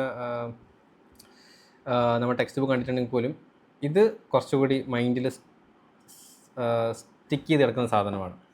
ഓക്കെ, അതിപ്പം എനിക്ക് ആ ഒറ്റ തവണ സ്റ്റിക്ക് ചെയ്തിട്ടുണ്ടെങ്കിൽ ആ എഴുതിയ ആൾക്ക് എത്ര തവണ സ്റ്റിക്ക് ചെയ്തിട്ടുണ്ടാവും അല്ലേ? അതുകൊണ്ടാണ് the power of visual note making എന്ന് പറയുന്നത്. വിഷ്വൽ മേക്കിംഗ്, മാപ്പുകൾ നിങ്ങൾക്ക് വരക്കാം, പിന്നെ മാപ്പുകൾ വേണം. ഓക്കെ, ഇപ്പോൾ പെട്ടെന്ന് തന്നെ ഫോർ എക്സാമ്പിൾ കസിരംഗ നാഷണൽ പാർക്ക് എന്താണ് റീസെൻ്റ്ലി ബ്രഹ്മപുത്ര ഫ്ലഡ്, വെറുതെ ചുമ്മാ അങ്ങനെ വരച്ചിട്ടേക്കാം. പിന്നെ മാപ്പ് വരക്കലും കുറച്ച് ഇമ്പോർട്ടൻ്റ് ആട്ടോ, മാപ്പ് വരക്ക് നോക്കണ്ട, ഞാൻ ഇപ്പോൾ ഇല്ല വരക്കുന്നതുകൊണ്ടാണ് മൊത്തം പ്രശ്നമല്ലേ. അപ്പോൾ ഇവിടെ ഇങ്ങനെ ചൂണ്ടിയിട്ട് കസിരംഗ നാഷണൽ പാർക്ക്, അപ്പോൾ ബ്രഹ്മപുത്ര ഇങ്ങനെ ഒഴുകി വന്ന് ഇവിടെ ഇങ്ങനെ കാണിച്ചു കൊടുക്കാം. അപ്പോൾ നിങ്ങൾക്ക് മനസ്സിലായി ബ്രഹ്മപുത്ര ഒഴുകിയിട്ട് കസിരംഗ നാഷണൽ പാർക്ക് വെള്ളത്തിലായെന്നുള്ള കാര്യങ്ങൾ. അപ്പോൾ വേഗം ഫെമിലർ ആവണമെന്നുണ്ടെങ്കിൽ മാപ്പുകൾ, ജോഗ്രഫിക്കൽ ലൊക്കേഷൻസ്, റിവേഴ്സ്, ഇപ്പം മഹാനദി, നർമ്മദ എന്നൊക്കെ പറയുന്ന സമയത്ത് ആ ഒരു റീജിയൻ മാത്രം വരച്ചേക്കും. ഇത് ഇമ്പോർട്ടൻ്റ് ആണ്. ഇത് മെയിൻ സയൻസ് ആയിട്ടെങ്കിൽ പിക്ചർ റെപ്രസെൻറ്റേഷൻ ഭയങ്കര ഇമ്പോർട്ടൻ്റ് ആണ്, നല്ല മാർക്ക് വീഴുകയും ചെയ്യുന്ന സാധനമാണ്. നിങ്ങളൊരു 10 സെൻറ്റൻസ് ചെയ്യുന്നതിന് പകരം നിങ്ങൾ പിക്ചറും വരച്ചു കൊടുത്താൽ ഈസി ആയിട്ട് കിട്ടും. പിക്ചറും മറ്റേ നമ്മുടെ ഈ ഒരു പദസൂര്യനൊക്കെ ഇല്ല, ചെറുപ്പത്തിലൊക്കെ പഠിച്ചവരുള്ള അതൊക്കെ വരച്ചാൽ മതി. പിന്നെ ഗ്രാഫുകൾ, അതുപോലെ തന്നെ ഫ്ലോ ചാർട്ടുകൾ, ഇതുപോലുള്ള മൈൻഡ് മാപ്പുകൾ, ഫ്ലോ ചാർട്ടുകളൊക്കെ വരച്ചു കൊടുത്തു കഴിഞ്ഞാൽ വീണ്ടും നിങ്ങൾക്കുള്ള സ്കോർ വളരെ കൂടുതലായിരിക്കും. ഓക്കെ, മൈൻഡ് മാപ്പുകൾ വരച്ചു കൊടുക്കാം. ഇതൊക്കെ നിങ്ങൾക്ക് വരച്ച് വെക്കാം. അപ്പോൾ മൈൻഡ് മാപ്പുകൾ എന്നൊക്കെ ഇപ്പോൾ ഫോർ എക്സാമ്പിൾ ഇപ്പോൾ പറഞ്ഞില്ല കാർബൺ ഇൻറ്റൻസീവ് ആയിട്ടുള്ള എക്സ്പോർട്ടുകൾ. ഇപ്പോൾ കാർബൺ ഇൻറ്റൻസീവ് എക്സ്പോർട്ട് ഇങ്ങനെ ചെയ്താൽ സ്റ്റീൽ, ഫെർട്ടിലൈസേഴ്സ്, സിമെൻറ്റ്, അങ്ങനെ വെച്ച് കഴിഞ്ഞാൽ നിങ്ങൾക്ക് പെട്ടെന്ന് ഐഡൻറ്റിഫൈ ചെയ്യാൻ പറ്റും. ഇതാണ് മൈൻഡ് മാപ്പ്, മൈൻഡിലേക്ക് പെട്ടെന്ന് വന്ന് നിൽക്കും എന്നുള്ളത്. അല്ലെങ്കിൽ ഫ്ലോ ചാർട്ട് വഴിയാണെങ്കിൽ ഫ്ലോ ചാർട്ട് എങ്ങനെ വേണമെങ്കിലും കൊടുക്കാം. ഓക്കെ, അപ്പോൾ വിഷ്വലൈസ് ചെയ്യാൻ ശ്രമിക്കാം. അല്ലാതെ നിങ്ങൾ നോട്ട് എപ്പോഴും തുറന്നു കഴിഞ്ഞാൽ കുറേ എന്തെങ്കിലും വലിച്ചു വാരി വെച്ച് ഇപ്പം എന്താണ് ഈ പറഞ്ഞിരിക്കുന്ന ലിറ്ററേച്ചർ സ്റ്റുഡൻസൊക്കെ എഴുതി വെച്ച പോലെ ഇങ്ങനെ എഴുതി വെച്ച് നമുക്ക് തന്നെ തുറന്നു നോക്കാൻ മടിയല്ലേ. അപ്പോൾ ആ സിസ്റ്റം വേണ്ട. കുറച്ചുകൂടി നിങ്ങളൊന്ന് നോട്ട് തുറന്നു നോക്കാൻ ഒരു താല്പര്യമുള്ള ലെവലിലേക്ക് മാറ്റും. Instead of writing India imports crude oil from, draw an oil flow map. അതായത് മിഡിൽ ഈസ്റ്റിൽ നിന്ന് ഇങ്ങനെ ഒരു ചിത്രം വെച്ചെടുക്കാം, ഇമ്പോർട്ട് ചെയ്യാന്നുള്ളത്. നിങ്ങൾക്ക് എന്ത് വേണമെങ്കിൽ ചെയ്യാം. ടൈമും നിങ്ങൾക്ക് കുറക്കാനും പറ്റി, അതുപോലെ തന്നെ നിങ്ങൾക്ക് കാര്യങ്ങൾ മനസ്സിലാവാൻ പറ്റി. പിന്നെ എപ്പോഴും ചോദിക്കുന്ന കാര്യമാണ് poor hand writing. Sir, hand writing വളരെ മോശമാണ്, അപ്പം അത് ഒരു സിവിൽ സർവീസിന് ബുദ്ധിമുട്ടാവുമോ എന്നുള്ളത്. സിവിൽ സർവീസിന് ഹാൻഡ് റൈറ്റിംഗ് ഒരു ബുദ്ധിമുട്ടല്ല. ബിക്കോസ് ഇതുണ്ട്, സോനാലി ഷാ 89 റാങ്ക് 2025 89 റാങ്ക് വാങ്ങിയ ആളുടെ ഒരു ഹാൻഡ് റൈറ്റിംഗ് ആണ്. ഓക്കെ, അത് വായിക്കാൻ മനസ്സിലാൽ മതി. UPSC പറയുന്ന കാര്യം എന്ന് വെച്ച് കഴിഞ്ഞാൽ it should be legible and readable. ഇപ്പോൾ ഇവിടെ വെച്ചല്ലോ impact on gender empowerment, positive impacts, provide them a find force of disposable income for daily needs. Okay, provide them a find source of disposable income for daily needs. അപ്പോൾ ഇത് പിന്നെ വേറൊരു കാര്യം ഉണ്ടാവും. ഇത് ബിഗിനേഴ്സ് ആയിട്ടുള്ള നിങ്ങൾക്ക് വായിക്കാൻ അല്ലെങ്കിൽ ആൾക്കാർക്ക് വായിക്കാൻ ഭയങ്കര ബുദ്ധിമുട്ട്. ഇത് UPSC വാലിഡേറ്റേഴ്സ് നല്ലോണം മനസ്സിലാക്കാം. കാരണം അവരെപ്പോഴും ഈ പറഞ്ഞിരിക്കുന്ന ഈ വേർഡ്സുമായിട്ടൊക്കെ ഭയങ്കര ഫെമിലിയർ ആയിരിക്കും. അപ്പം ജസ്റ്റ് ഒന്ന് അവർ കണ്ടാൽ തന്നെ അവരതങ്ങ് വായിച്ചെടുത്തോളും ഇതായിരിക്കും എന്നുള്ളത്. ഓക്കെ, ഇവിടെ കണ്ടില്ലേ, ഇവിടെ നമ്മൾ വായിക്കുന്ന സമയത്ത് എന്താണ് can invest in house hold എന്നൊക്കെ, ഹൗസ് ഹോൾഡാണ് ആക്ച്വലി ഉദ്ദേശിക്കുന്നത്. ആൻഡ് എക്സ്പെൻഡിച്ചേഴ്സ് എന്നൊക്കെ പറഞ്ഞത് അവർക്ക് ഫെമിലിയർ ആയിരിക്കും. അപ്പം റീഡബിൾ ആയാൽ മാത്രം മതി. ഓക്കെ, അധികം ഡീറ്റെയിൽ ആയിട്ട് വേണം, റീഡബിൾ ആയിട്ടുള്ള കാര്യങ്ങൾ മാത്രം മതി. ദെൻ എന്താ പറഞ്ഞിട്ടുള്ളത്, റീഡബിൾ ആയിട്ടുള്ള ഒരു സാധനമാണ് നിങ്ങളുടെ ഹാൻഡ് റൈറ്റിങ്ങിൻ്റെ ഫോക്കസിൻ്റെ കാര്യങ്ങൾ. അതായത് ഭയങ്കര അടിപൊളിയായിട്ട് ഹാൻഡ് റൈറ്റിംഗ് വേണമെന്നില്ല. ഇനി നിങ്ങളുടെ ഹാൻഡ് റൈറ്റിംഗ് വളരെ ബാഡ് ആണെന്നുണ്ടെങ്കിൽ ഈ പറഞ്ഞിരിക്കുന്ന കറണ്ട് അഫയേഴ്സ് നോട്ട് മേക്കിംഗ് സമയത്ത് എന്ത് ചെയ്യാം, നിങ്ങളെ ഹാൻഡ് റൈറ്റിംഗ് ശരിയാക്കി നോട്ടിലേക്ക് എഴുതാൻ വേണ്ടി ശ്രമിക്കാം. നോട്ടിൽ എഴുതുന്ന പോലെ തന്നെ സ്പീഡാക്കാൻ ശ്രമിക്കണം. അപ്പോൾ സ്പീഡിൽ നല്ല ആൻസറൊക്കെ നല്ല ഹാൻഡ് റൈറ്റിംഗ് ഒക്കെ ഉണ്ടെങ്കിൽ നിങ്ങൾക്ക് തന്നെ കോൺഫിഡൻസ് വരും. ഓക്കെ, ഭയങ്കര നല്ല ഹാൻഡ് റൈറ്റിംഗ് വേണമെന്നല്ല, ഉണ്ടെങ്കിൽ നല്ലതാണ്. അപ്പോൾ ഹാൻഡ് റൈറ്റിംഗ് ഇങ്ങനെയല്ല ഇമ്പോർട്ടൻറ്റ്. കണ്ടൻറ് ക്വാളിറ്റീസ്, ഇത് പറഞ്ഞാൽ തന്നെ കണ്ടൻറ് ക്വാളിറ്റീസ് ആണ് UPSC എക്സാമിന് ചെയ്യുന്ന കണ്ടൻറ് ക്വാളിറ്റി. അണ്ടർസ്റ്റാൻഡ്, നിങ്ങൾക്കത് മനസ്സിലാകുന്ന കാര്യങ്ങൾ, അതുപോലെ സ്ട്രക്ചർ, നല്ല സ്ട്രക്ചർഡായിട്ട്. ഇത് കറക്റ്റ് നല്ല സ്ട്രക്ചർ ഉണ്ടല്ലേ, ഇൻട്രൊഡക്ഷൻ 4 വരി, 1, 2, 4 വരി, പിന്നെ അതിൻ്റെ ഹെഡിങ്, ദെൻ അതിൻ്റെ പോസിറ്റീവ് പറഞ്ഞു, നെഗറ്റീവ് പറയുന്നു. ഓക്കെ, അത് റെലവൻറ്റ് ഫാക്ട്സുകൾ, എക്സാമ്പിൾസ് കൊടുക്കണം, ഡയഗ്രാംസ്, പിന്നെ ടൈം മാനേജ്മെൻറ്റ്, കറക്റ്റ് ടൈമിൽ കംപ്ലീറ്റ് ചെയ്യാൻ തിരക്കുക. ഈ കാര്യങ്ങളൊക്കെയാണ് എക്സാമിനേഴ്സ് നോക്കാറുള്ളത്. അല്ലാതെ നിങ്ങൾ ബ്യൂട്ടിഫുള്ളായി എഴുതിയോ എന്നുള്ള കാര്യങ്ങളൊന്നും UPSC നോക്കില്ല. അപ്പോൾ എന്തുകൊണ്ട് most current affairs notes fail, എന്തുകൊണ്ട് കറണ്ട് അഫയേഴ്സ് നോട്ട് ഫെയിൽ ചെയ്യുന്ന കാര്യങ്ങൾ. The purpose of note making is non documentation. ഒരു ഡോക്യുമെൻറ്റ് ക്രിയേറ്റ് ചെയ്യുന്നില്ല കറണ്ട് അഫയേഴ്സ് നോട്ട് മേക്കിംഗ് എന്ന് പറയുന്നത്. The purpose of note making is revision, റിവിഷന് വേണ്ടി നോട്ട് മേക്ക് ചെയ്യാനാണ് ഉദ്ദേശം, അല്ലേ. അപ്പോൾ ഒരു 300 പേജസുള്ള നോട്ട് ഉണ്ടാക്കുന്നത് കരുതുക. ഒരുപാട് എഴുതി വെച്ച് 300 പേജ് നോട്ട് റിവൈസ് ചെയ്യാൻ പറ്റുമോ? റിവൈസ് ചെയ്യാൻ എല്ലാ സാധനങ്ങളും കളക്ട് ചെയ്യണം, എല്ലാ ഇൻഫർമേഷൻസും കറണ്ട് അഫയേഴ്സിന് വേണ്ട എല്ലാ കാര്യങ്ങളും അതിലുണ്ട്. ബട്ട് ഇതെല്ലാം റിവൈസ് ചെയ്യാനോ ഇതെല്ലാം ഓർത്ത് വെക്കാനോ നമ്മൾ ചിട്ടി റോബോട്ട് എന്നല്ലേ, സാധാ മനുഷ്യനാണല്ലേ, എല്ലാം ഓർത്ത് വെക്കാനൊക്കെ ബുദ്ധിമുട്ടുണ്ടായിരിക്കും. ബട്ട് അതിന് 30 പേജിൻ്റെ സ്മാർട്ട് നോട്ടുകൾ, അതൊരു 10 തവണ റിവൈസ് ചെയ്യുമ്പോൾ തന്നെ നിങ്ങൾക്ക് അതിൻ്റെ എല്ലാ കാര്യങ്ങളും മനസ്സിലാവുകയും ചെയ്യും. ഈസി ആയിട്ട് നിങ്ങളുടെ മൈൻഡിൽ വരും. അതിൻ്റെ എല്ലാ വശങ്ങളും നിങ്ങൾ ചിന്തിക്കാനും തുടങ്ങും. അപ്പോൾ ഒരുപാട് പഠിക്കുന്നതിൽ നിന്ന്, ഒരുപാട് നോട്ട് ചെയ്യുന്നതിൽ നിന്നൊക്കെ എന്ത് ചെയ്യുക, കുറച്ചുകൂടി സ്മാർട്ട് വർക്കിലേക്ക് ഫോക്കസ് ചെയ്യുക. നമ്മളെപ്പോഴും ഫോക്കസ് കാര്യമാണ് സ്മാർട്ട് വർക്ക്. ലോകത്തിലെ എല്ലാ സാധനങ്ങളും തന്ന് നിങ്ങളെ പഠിപ്പിക്കുന്നതിനെ കൂടി സ്മാർട്ട് വർക്ക് ചെയ്യാൻ പതിവ്. ഇപ്പോൾ ഡൽഹിയിലൊക്കെ പോയി കഴിഞ്ഞാൽ ഇൻസ്റ്റിറ്റ്യൂട്ട്സുകൾ ചെയ്യുന്നൊരു കാര്യം ഒരു സിമ്പിൾ എക്സാമ്പിളാണ്. അപ്പോൾ അവിടെ എന്ന് വെച്ച് കഴിഞ്ഞാൽ മാക്സിമം സാധനങ്ങൾ തരും. അതായത് ഇൻസ്റ്റിറ്റ്യൂട്ടുകൾ കുറേ ഉള്ള സ്ഥലങ്ങളിൽ ഒരുപാട് മെറ്റീരിയൽസ് തരും. ഇപ്പോൾ ഡൽഹിയിലായിക്കോട്ടെ, ട്രിവാൻഡ്രത്തൊക്കെ ആയിക്കോട്ടെ, എവിടെയാണെങ്കിലും ഒരുപാട് മെറ്റീരിയൽസ്. ഇവിടെ മെറ്റീരിയൽസ് ഇങ്ങനെ വന്നുകൊണ്ടേയിരിക്കും. പല പേരുകളിൽ പല ആസ്പിറൻസും കാര്യങ്ങളൊക്കെ ഇരുന്ന് റിസർച്ച് ചെയ്ത് എല്ലാ മെറ്റീരിയൽസും കൊടുക്കും. അപ്പോൾ മെറ്റീരിയൽസിന് എണ്ണം എത്രത്തോളം കൂടുന്നു, ആസ്പിറൻസ് വിചാരിക്കും ഇതൊക്കെ പഠിക്കണം എന്നായിരുന്നു, ഇതെല്ലാം പഠിക്കും. അപ്പോൾ എന്തിനാണ് അവർ ചെയ്യുന്നത്? അവരുടെ മെറ്റീരിയൽസ് ഏതെങ്കിലും ഒരു സ്ഥലത്തെങ്കിലും ഫെമിലിയർ ആവാം. അതായത് ഒരു ക്വസ്റ്റ്യൻ അത് ചോദിച്ചു കഴിഞ്ഞാൽ ഞങ്ങളുടെ മെറ്റീരിയൽസ് എന്ന് പറയാം, അല്ലെങ്കിൽ അത് ഭയങ്കര ഫെമിലിയർ ആക്കാൻ പറ്റും. അതായത് ഇപ്പം വിഷൻ IASൻ്റെ മെറ്റീരിയൽസ് എനിക്ക് എവിടെ വേണം കാണാൻ പറ്റും. ഒരുപാട് മെറ്റീരിയൽസ് ഉണ്ട് വിഷൻ്റെ തന്നെ. അപ്പോൾ എന്തിനാണ്? അപ്പോൾ വിഷൻ തന്നെ അത് ഇറക്കുന്നതിൻ്റെ കാര്യം എന്ന് വെച്ച് കഴിഞ്ഞാൽ കുട്ടികളിലേക്ക് എത്തുന്നിട്ട് അവർക്ക് ആ പേര് വരുത്താനല്ല. അപ്പോൾ കുട്ടികളെ തന്നെ ഓട്ടോമാറ്റിക്കലി പേടിപ്പിക്കുക ചെയ്യുന്നത്. ഇപ്പം സ്മാർട്ട് വർക്കല്ല, ഹാർഡ് വർക്കാണ് ചെയ്യിപ്പിക്കുന്നത്. അപ്പോൾ സ്മാർട്ട് വർക്ക് ചെയ്യുന്ന അക്കാദമീസിൻ്റെ മെറ്റീരിയൽസും കാര്യങ്ങളൊക്കെ വളരെ കൺസൈസ് ആയിരിക്കും. കാര്യങ്ങൾ മാത്രം പഠിക്കും. എൻ്റെ വീണ്ടും റിവൈസ് ചെയ്ത് പ്രാക്ടീസ് കൊണ്ടേ ഇരുന്നാൽ മതി. മറ്റേതിങ്ങനെ ഫ്രീ ആയിട്ട് കൊടുത്തിട്ട് ഞങ്ങൾ മെറ്റീരിയൽസ് അപ്പോൾ നമ്മളൊന്ന് വായിച്ചു ഇത് കൊള്ളാമല്ലോ, എന്നാൽ പിന്നെ അവിടെ പോയി പഠിക്കാൻ തരുത്. അപ്പോൾ ശരിക്കും ആക്ച്വലി ഡൽഹിയിൽ നടക്കുന്ന മെയിൻസ് ആണ് അതാണ്. ഇഷ്ടം പോലെ ഇപ്പോൾ ഒരു ക്ലാസ്സൊക്കെ നോക്കിക്കഴിഞ്ഞാൽ തന്നെ 200-300 ഹവേഴ്സ് 300 ക്ലാസ്സുകളൊക്കെയാണ്. ഒരു സിമ്പിൾ ക്ലാസ് 300 × 2 600 മണിക്കൂറൊക്കെയാണ് ഒരു ഓപ്ഷണൽ ക്ലാസ്സൊക്കെ ഒരു സബ്ജക്റ്റിൻ്റെ ക്ലാസ്സൊക്കെ പോകുന്നത്. ഒരു സബ്ജക്റ്റ് ക്ലാസ് തന്നെ. അതായത് ഏറ്റവും കൂടുതൽ ഞങ്ങൾ പഠിപ്പിക്കുന്നതിന് അറിയിക്കാൻ വേണ്ടി മാത്രം. ഫാക്കൽറ്റിക്ക് പൈസ ഇടുന്നുണ്ട്, ഹവേഴ്സിനനുസരിച്ച് പൈസ ഇടുന്നുണ്ട്. അത് സ്റ്റുഡൻസ് ആയിരിക്കും അവിടെ നന്നായിട്ട് പഠിപ്പിക്കുന്നുണ്ട്. ഭയങ്കര അത്ര ഡീറ്റെയിലായിട്ട് വേണ്ടെങ്കിൽ എന്തിനാണ് പഠിക്കുന്നത്? വെറുതെ എന്തെങ്കിലും ബൾക്കായിട്ട് കൊണ്ടുവന്ന് ലാസ്റ്റ് ടൈം ഉണ്ടാവുമല്ലോ, ആകെ ഇതിൻ്റെ പിന്നാലെ ഓടിക്കൊണ്ടിരിക്കും. നമുക്ക് വേണ്ടത് മാർക്കാണ്. അപ്പോൾ മാർക്കിനനുസരിച്ചിട്ട് പഠിക്കുക. അതെന്ത് പഠിക്കണം? എത്തിക്സ് ആണോ, അതാണോ? ഹിസ്റ്ററി വേണ്ടെങ്കിൽ ഹിസ്റ്ററി ഒഴിവാക്കുക. അപ്പോൾ ഞാൻ പലപ്പോഴും പറഞ്ഞ കാര്യമുണ്ടോ, വേൾഡ് ഹിസ്റ്ററി നിങ്ങൾക്ക് പറ്റുന്നില്ല, നിങ്ങൾ ഒഴിവാക്കിയേക്ക്. ഞാൻ എപ്പോഴും പറഞ്ഞ കാര്യമാണ്. ഇതൊരിക്കലും കുട്ടികൾക്ക് പറഞ്ഞു കൊടുക്കുക. തെറ്റായ മാർഗ്ഗമാണെന്ന് നന്നായിട്ടറിയാം. 30 മാർക്കിന് വേണ്ടിയിട്ട് നിങ്ങളൊരു 3 മാസം ചിലവാക്കേണ്ട ആവശ്യമില്ല. നിങ്ങൾക്ക് വേൾഡ് ഹിസ്റ്ററി പഠിക്കണമെന്നുണ്ടെങ്കിൽ കഴിഞ്ഞൊരു 10 വർഷത്തെ ക്വസ്റ്റ്യൻ നോക്കുക. ആ ക്വസ്റ്റിനെ ബന്ധപ്പെട്ടിരിക്കുന്ന ആൻസേഴ്സ് എന്തൊക്കെയാണ് എന്നുള്ള കാര്യങ്ങളൊന്ന് വെരിഫൈ ചെയ്ത് നോക്കുക. ക്വസ്റ്റ്യൻ എന്തൊക്കെയാണ് അത് മാത്രം പഠിച്ചു പോകുക. അല്ലാതെ വേൾഡ് ഹിസ്റ്ററി നിങ്ങൾ ടൈം ഇൻവെസ്റ്റ് ചെയ്യേണ്ട. ആ ടൈം നിങ്ങൾ മറ്റെന്തെങ്കിലും നല്ല പ്രൊഡക്റ്റീവുള്ള സബ്ജക്റ്റ് ഇൻവെസ്റ്റ് ചെയ്യും. സോഷ്യൽ ജസ്റ്റിസോ ഇന്റർണൽ സെക്യൂരിറ്റിയോ എന്തിനൊക്കെ ടൈം ഇൻവെസ്റ്റ് ചെയ്യും. അത്രയും കാര്യങ്ങൾ പഠിച്ചു കഴിഞ്ഞാൽ 30 മാർക്ക് അതെന്നെ കിട്ടുമോ എന്നുള്ള ചോദിച്ചു കഴിഞ്ഞാൽ ഭയങ്കര ബുദ്ധിമുട്ടായിരിക്കും. പിന്നെ ഇപ്പോഴാണെങ്കിൽ ചോദിക്കുന്ന ക്വസ്റ്റൻസ് ഒക്കെ ഡിഫറൻ്റ് ആവുന്നതാണ്. അപ്പം വെറുതെ അതിന് വേണ്ടി എന്താണ് സമയം ഇൻവെസ്റ്റ് ചെയ്യുന്നത്? അങ്ങനെ സ്മാർട്ടായിട്ട് പഠിക്കുന്ന ഒരു മെത്തേഡിലേക്ക് ഫോളോ ചെയ്യുക. ഒരുപാട് പഠിക്കണം എന്നല്ല, സ്മാർട്ടായിട്ട് പഠിക്കുക. വളരെ സിമ്പിളാണ്. ദെൻ വേറൊരു കാര്യമാണ് എവർനോട്ട് എന്ന് പറഞ്ഞിരിക്കുന്നൊരു ഡിജിറ്റൽ നോട്ട് മേക്കിംഗ്. ഇത് നിങ്ങൾ ഉപയോഗിക്കരുത്. ഇപ്പം നിങ്ങൾ ഉപയോഗിച്ചാൽ നിങ്ങൾ ഹാൻഡ് റൈറ്റിംഗ് അല്ലെങ്കിൽ നിങ്ങളുടെ റൈറ്റിംഗ് സ്പീഡ് ഇമ്പ്രൂവ് ആവില്ല. ബട്ട് നിങ്ങളൊരു വർഷമൊക്കെ കഴിയുന്ന സമയത്ത് നിങ്ങൾക്ക് എവർനോട്ട് യൂസ് ചെയ്യാം. അപ്പോൾ എവർനോട്ട് യൂസ് ചെയ്യുന്ന സമയത്തുള്ള കാര്യം എന്ന് വെച്ച് കഴിഞ്ഞാൽ വളരെ ഈസി ആയിട്ട് നമുക്ക് കാര്യങ്ങൾ ഐഡൻറ്റിഫൈ ചെയ്യും. ഇപ്പോൾ നോട്ട് മേക്കിങ്ങിനൊക്കെ ടോപ്പേഴ്സൊക്കെ ഉപയോഗിക്കുന്ന എവർനോട്ട് ഒരു വലിയൊരു ഐപാഡ് പോലത്തെ സാധനങ്ങളൊക്കെ എടുത്ത് അല്ലെങ്കിൽ ലാപ്ടോപ്പൊക്കെ എടുത്തിട്ട് അതിൽ എഴുതുകയോ ടൈപ്പ് ഒക്കെ ചെയ്ത് വെക്കും. ഐപാഡിലൊക്കെയാണ് സാധനം എല്ലാവരും ചെയ്യാറുള്ളത്. എന്നാലും നാളെ പോയി ഐപാഡ് വാങ്ങാൻ വേണ്ടി പറയാൻ വേണ്ടി പറഞ്ഞല്ലോ കേട്ടോ. ഇതിൻ്റെ ഒരു അഡ്വാൻസ്ഡ് വെർഷൻ കൂടി. ഇപ്പോൾ എവർനോട്ട് പ്രത്യേകത എന്ന് വെച്ച് കഴിഞ്ഞാൽ നമുക്ക് വളരെ പെട്ടെന്ന് തന്നെ ഇപ്പോൾ ഫോർ എക്സാമ്പിൾ നമ്മൾ ഇപ്പോൾ ഇങ്ങനെ ഓരോ ടോപ്പിക്കുകളായിട്ട് നമുക്ക് എന്ത് ചെയ്ത് വെക്കാം, ജസ്റ്റ് 1 2 3 4 എന്നൊക്കെ പറഞ്ഞ സാധനങ്ങൾ എഴുതി വെക്കാം. അതുപോലെ തന്നെ നമ്മളിപ്പോൾ ഒരു സാധനം എഴുതി വെച്ചു, അല്ലെങ്കിൽ നമ്മൾ എവിടെയെങ്കിലും ന്യൂസ് കട്ടിങ്സ് നിന്ന് എക്സാക്ട് ചെയ്ത് എഴുതി വെച്ചു. അത് ലാസ്റ്റ് എന്ത് കൊടുക്കുന്നു? #ടാഗ് കൊടുക്കുന്നു. #ക്ലൈമറ്റ് ചേഞ്ച്, അല്ലെങ്കിൽ #സോഷ്യൽ ജസ്റ്റിസ്, അല്ലെങ്കിൽ മറ്റെന്തെങ്കിലും #ന്യൂ സ്പീഷി എന്തെങ്കിലും കൊടുക്കുന്നു. അപ്പോൾ എക്സാമിനേഷനാണ് നാളെ വരാൻ പോകുന്നത്. നിങ്ങൾ #ന്യൂ സ്പീഷി നിങ്ങൾ സെർച്ച് നോക്കിയത് കഴിഞ്ഞൊരു വർഷമായിട്ട് വന്നിരിക്കുന്ന ന്യൂ സ്പീഷീസുകൾ എന്താണെന്നുള്ള ഒറ്റയടിക്ക് നിങ്ങളെ എവർനോട്ടിൽ വന്നവിടെ കിടക്കും. കഴിഞ്ഞൊരു വർഷമായിട്ടുള്ള കാര്യങ്ങൾ അത് പഠിച്ചാൽ തന്നെ എൻവയറമെൻറ്റിൽ 3 ക്വസ്റ്റ്യൻ നിങ്ങൾ ശരിയാക്കി. എന്നാൽ സ്പീഷീസിനെ പറ്റി എന്തായാലും 3 ചോദ്യങ്ങൾ ചോദിക്കും. ഇനി #റിവർ എന്ന് ഇരിക്കുന്നു.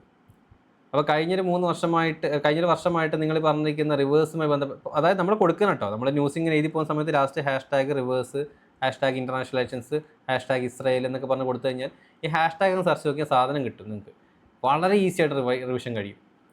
ഓക്കെ, അത് റിസർച്ചും കൂടി കഴിയുന്ന സമയത്ത് കുറച്ച് കാര്യം മനസ്സിലാവും. അപ്പം നിങ്ങൾക്ക് ഈസി ആകും കുറച്ചുകൂടി. അപ്പോൾ student A exam day panic, UPSC mains is tomorrow, the question is climate change and agriculture. ഇതാണ് ക്വസ്റ്റ്യൻ വരാൻ സാധ്യത. Student A is frantically searching through 6 physical notebooks, flipping pages in panic, unable to find the right information in time. Student B instant retrieval. Student B opens Evernote, type climate change. Just ഒന്നുമില്ല, climate change search ചെയ്യുന്നു and within seconds retrieve organized notes from multiple GS papers, reports, data points, articles, editorials, statistics and way forward. എല്ലാം ഒറ്റ point കിട്ടും. മതി. Agriculture, climate change and agriculture ഒറ്റയടിക്ക് നമുക്ക് full കാര്യം കിട്ടി. So that's advantage of Evernote. Your entire UPSC preparation searchable in seconds. Okay, ഇത് ഞാൻ പ്രോത്സാഹിപ്പിക്കില്ല, ബട്ട് സ്മാർട്ട് വർക്കിലേക്ക് പോകുന്ന സമയത്ത് ഇത് ഞാൻ പ്രോത്സാഹിപ്പിക്കും. ഓർഗനൈസ് ചെയ്യേണ്ട എങ്ങനെയാണെന്നുള്ള കാര്യങ്ങളൊക്കെ നിങ്ങൾ ക്ലാസ്സിലേക്ക് വരുന്ന സമയത്ത് നിങ്ങൾക്ക് Evernote എങ്ങനെയാണ് യൂസ് ചെയ്യേണ്ടത്, നിങ്ങൾക്ക് യൂസ് ചെയ്യാനുള്ള സാധനങ്ങളൊക്കെ ഉണ്ടെങ്കിൽ പറഞ്ഞുതരാം. ഓക്കെ, ഈ എങ്ങനെയാണ് Evernote യൂസ് ചെയ്യുന്ന കാര്യങ്ങളൊക്കെ. GS 1 2 3 4 essay, prelims, maps, create tag by theme. ഞാൻ പറഞ്ഞാൽ ടാഗിൽ ക്രിയേറ്റ് ചെയ്യാം. Climate change, agriculture, governance, woman, education, security എന്ന് പറഞ്ഞിരിക്കുന്ന ടാഗുകൾ ഉപയോഗിക്കാൻ പറ്റും. ഫ്യൂച്ചർ സെർച്ച് ഇൻസ്റ്റൻ്റ് ആയിട്ട് റിവൈസ് ചെയ്യാം. The system save hundreds of hours over the course of UPSC preparation. അപ്പം ഒരുപാട് ടൈം നമ്മളെ ഇൻവെസ്റ്റ് ചെയ്യാൻ സഹായിക്കുന്ന ഒരു സാധനമാണ്. ഓക്കെ, ഇനി UPSC current affairs revision system. എന്താണ് കറണ്ട് അഫെയർസ് റിവിഷൻ സിസ്റ്റം എന്ന് പറയുന്നത്? Most students read every day but never revise. Okay, എല്ലാ ദിവസവും അത് റീഡ് ചെയ്യും, എല്ലാ ദിവസവും എഴുതും, ബട്ട് എന്ത് ചെയ്യില്ല, റിവൈസ് ചെയ്യില്ല. The result is everything is forgotten. എല്ലാം മറന്നു പോകും. Reading creates memory, revision creates selection. അപ്പം റീഡ് ചെയ്യുക, അതുപോലെ തന്നെ റിവൈസ് ചെയ്യുക. റീഡ് ആൻഡ് റിവൈസ്, എല്ലാ സമയത്തും റീഡ് റിവൈസ്. ഡേ 1 എങ്ങനെയാണ് നമ്മളിപ്പോൾ ഇത്രയും നോട്ട് ബുക്ക് ഉണ്ടാക്കി വെച്ചല്ലോ. അപ്പോൾ നോട്ട് ബുക്ക് ഉണ്ടാക്കി വെച്ചാൽ ഡേ 1 എന്ത് ചെയ്യണം? First exposure to news, make your structured note across GS papers. അതായത് ഡേ ഫസ്റ്റ് എന്താ ചെയ്യേണ്ടത്? അപ്പോൾ നമ്മൾ നാളെ ഞാൻ തുടങ്ങാൻ പോകുന്നത് കറണ്ട് അഫയേഴ്സ് പ്രിപ്പറേഷൻ തുടങ്ങാൻ പോകുന്ന ഒരാളാണ്. അപ്പോൾ നാളെ ഞാൻ ഒരു ന്യൂസ് പേപ്പർ വായിക്കുന്നു, ന്യൂസ് പേപ്പറിൽ എഴുതി വെക്കുന്നു, കാര്യങ്ങൾ എനിക്ക് മനസ്സിലാകുന്ന കാര്യങ്ങൾ ഞാൻ എൻ്റെ നോട്ട് ബുക്കിൽ എഴുതി വെക്കുന്നു. അപ്പോൾ ഒരു 7 ദിവസം, ഒരാഴ്ച കഴിഞ്ഞ് കഴിഞ്ഞാൽ ഫസ്റ്റ് റിവിഷൻ, ഒരാഴ്ച കഴിഞ്ഞ് സൺഡേക്ക് ആകുന്ന സമയത്ത് review your note within 1 week. അത് പിന്നെ ഞാൻ ആ നോട്ട് ബുക്ക് എഴുതിയിട്ട് കഴിഞ്ഞൊരു മാസമായിട്ട് ഞാൻ എന്താണ് എഴുതിയിട്ടുള്ളത്, ന്യൂസിൽ എന്തൊക്കെയാണ് എഴുതിയിട്ടുള്ള കാര്യങ്ങൾ ജസ്റ്റ് ഒന്ന് റിവ്യൂ ചെയ്യും, ഇതിനൊന്ന് റീഇൻഫോഴ്സ് ചെയ്യും. ഓക്കെ, അതായത് ഞാനൊരു ഒരാഴ്ചയിൽ ഞാൻ ഇങ്ങനെ റിവൈസ് ചെയ്തുകൊണ്ടിരിക്കുക. 30ാമത്തെ ദിവസം സെക്കൻഡ് റിവിഷൻ, അതായത് മന്ത്ലി റിവ്യൂ, ആ ഒരു മാസത്തെ കംപ്ലീറ്റ് ന്യൂസ്. ഇതിപ്പോൾ ഞാൻ ഒരു 7 ദിവസം, അടുത്ത 7 ദിവസം ഇത് മാത്രമേ നോക്കുന്നുള്ളൂ. പിന്നെ ഒരു 30 ദിവസം കഴിഞ്ഞാൽ 30ാമത്തെ ദിവസം ആ മാസം കംപ്ലീറ്റ് ചെയ്തിരിക്കുന്ന ന്യൂസ് പേപ്പേഴ്സ് അല്ലെങ്കിൽ നമ്മുടെ നോട്ട് ബുക്കുകൾ എഴുതി നോക്കും. കഴിഞ്ഞൊരു മാസം എന്തൊക്കെയാണ് ന്യൂസ് വന്നിട്ടുണ്ടായിരുന്നത്, മന്ത്ലി മൊത്തം കണക്ട് ചെയ്യുക. അപ്പോൾ ജിഎസ് പേപ്പർ 1 to 4 അപ്പോൾ നിങ്ങൾക്ക് കണക്ഷൻ കിട്ടും, ഒരുപാട് കണക്ഷൻ കിട്ടും. ഈ ഭയങ്കര ഇൻട്രസ്റ്റ് ആട്ടോ. കറണ്ട് അഫയേഴ്സ് എന്ന് പറയുന്നത് പഠിക്കാൻ തുടങ്ങിക്കഴിഞ്ഞാൽ നല്ല ഇൻട്രസ്റ്റ് ഉള്ള സാധനമാണ്. പക്ഷേ ടൈമും കാര്യങ്ങളൊക്കെ വേണം ഇൻവെസ്റ്റ് ചെയ്യാൻ വേണ്ടിയിട്ട്. അപ്പോൾ ഇത് കണക്ട് ചെയ്ത് കഴിഞ്ഞാൽ നിങ്ങൾക്കൊരു വ്യക്തമായിട്ടുള്ളൊരു ഐഡിയ കിട്ടും. ദെൻ 90ാമത്തെ ദിവസം തേർഡ് റിവിഷൻ. 90ാമത്തെ ദിവസം വെച്ച് കഴിഞ്ഞാൽ അതുവരെയുള്ള കംപ്ലീറ്റ് കാര്യങ്ങൾ ഒരു 3-4 ദിവസം കംപ്ലീറ്റ്ലി ഗ്യാപ്പ് ഇട്ടിട്ട് എന്ത് ചെയ്യാം, അതുവരെയുള്ള 90 ദിവസം എഴുതി വെച്ചിരിക്കുന്ന കറണ്ട് അഫയേഴ്സിന് കംപ്ലീറ്റ് നോട്ട്ബുക്ക് ഒന്ന് റിവൈസ് ചെയ്യാം.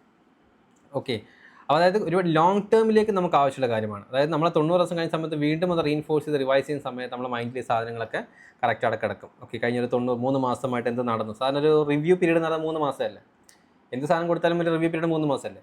അപ്പോൾ 3 മാസം ടൈമാണ് നമ്മുടെ മൈൻഡിൽ ഈ സാധനങ്ങൾ സ്റ്റോർ ചെയ്ത് വെക്കുക. അപ്പോൾ 3 മാസം ഇതിങ്ങനെ മറന്നു പോകുന്നതിന് മുന്നേ 3ാമത്തെ ദിവസം വീണ്ടും ഇത് പഠിച്ച് റിവൈസ് ചെയ്യും. Okay, that is the 7-30-90 rule. 7 ദിവസം 30 ദിവസം 90 rule. The 3 static revision transform short term reading into long term exam ready understanding. കുറച്ചുകൂടി ഈസി ആയിട്ട് നിങ്ങൾക്ക് അണ്ടർസ്റ്റാൻഡ് ചെയ്യാൻ പറ്റും. ആ സാധനങ്ങൾ മൈൻഡിൽ എപ്പോഴും സ്റ്റക്ക് ചെയ്ത് കിടക്കും.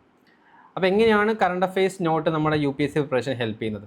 പ്രിലിംസിൽ ഫാക്റ്റുകൾ, റിപ്പോർട്ടുകൾ, ഓർഗനൈസേഷൻ, എൻവയോൺമെൻറ്റ്, കാര്യങ്ങളൊക്കെ എഴുതി വെച്ചിട്ടുണ്ടാവും.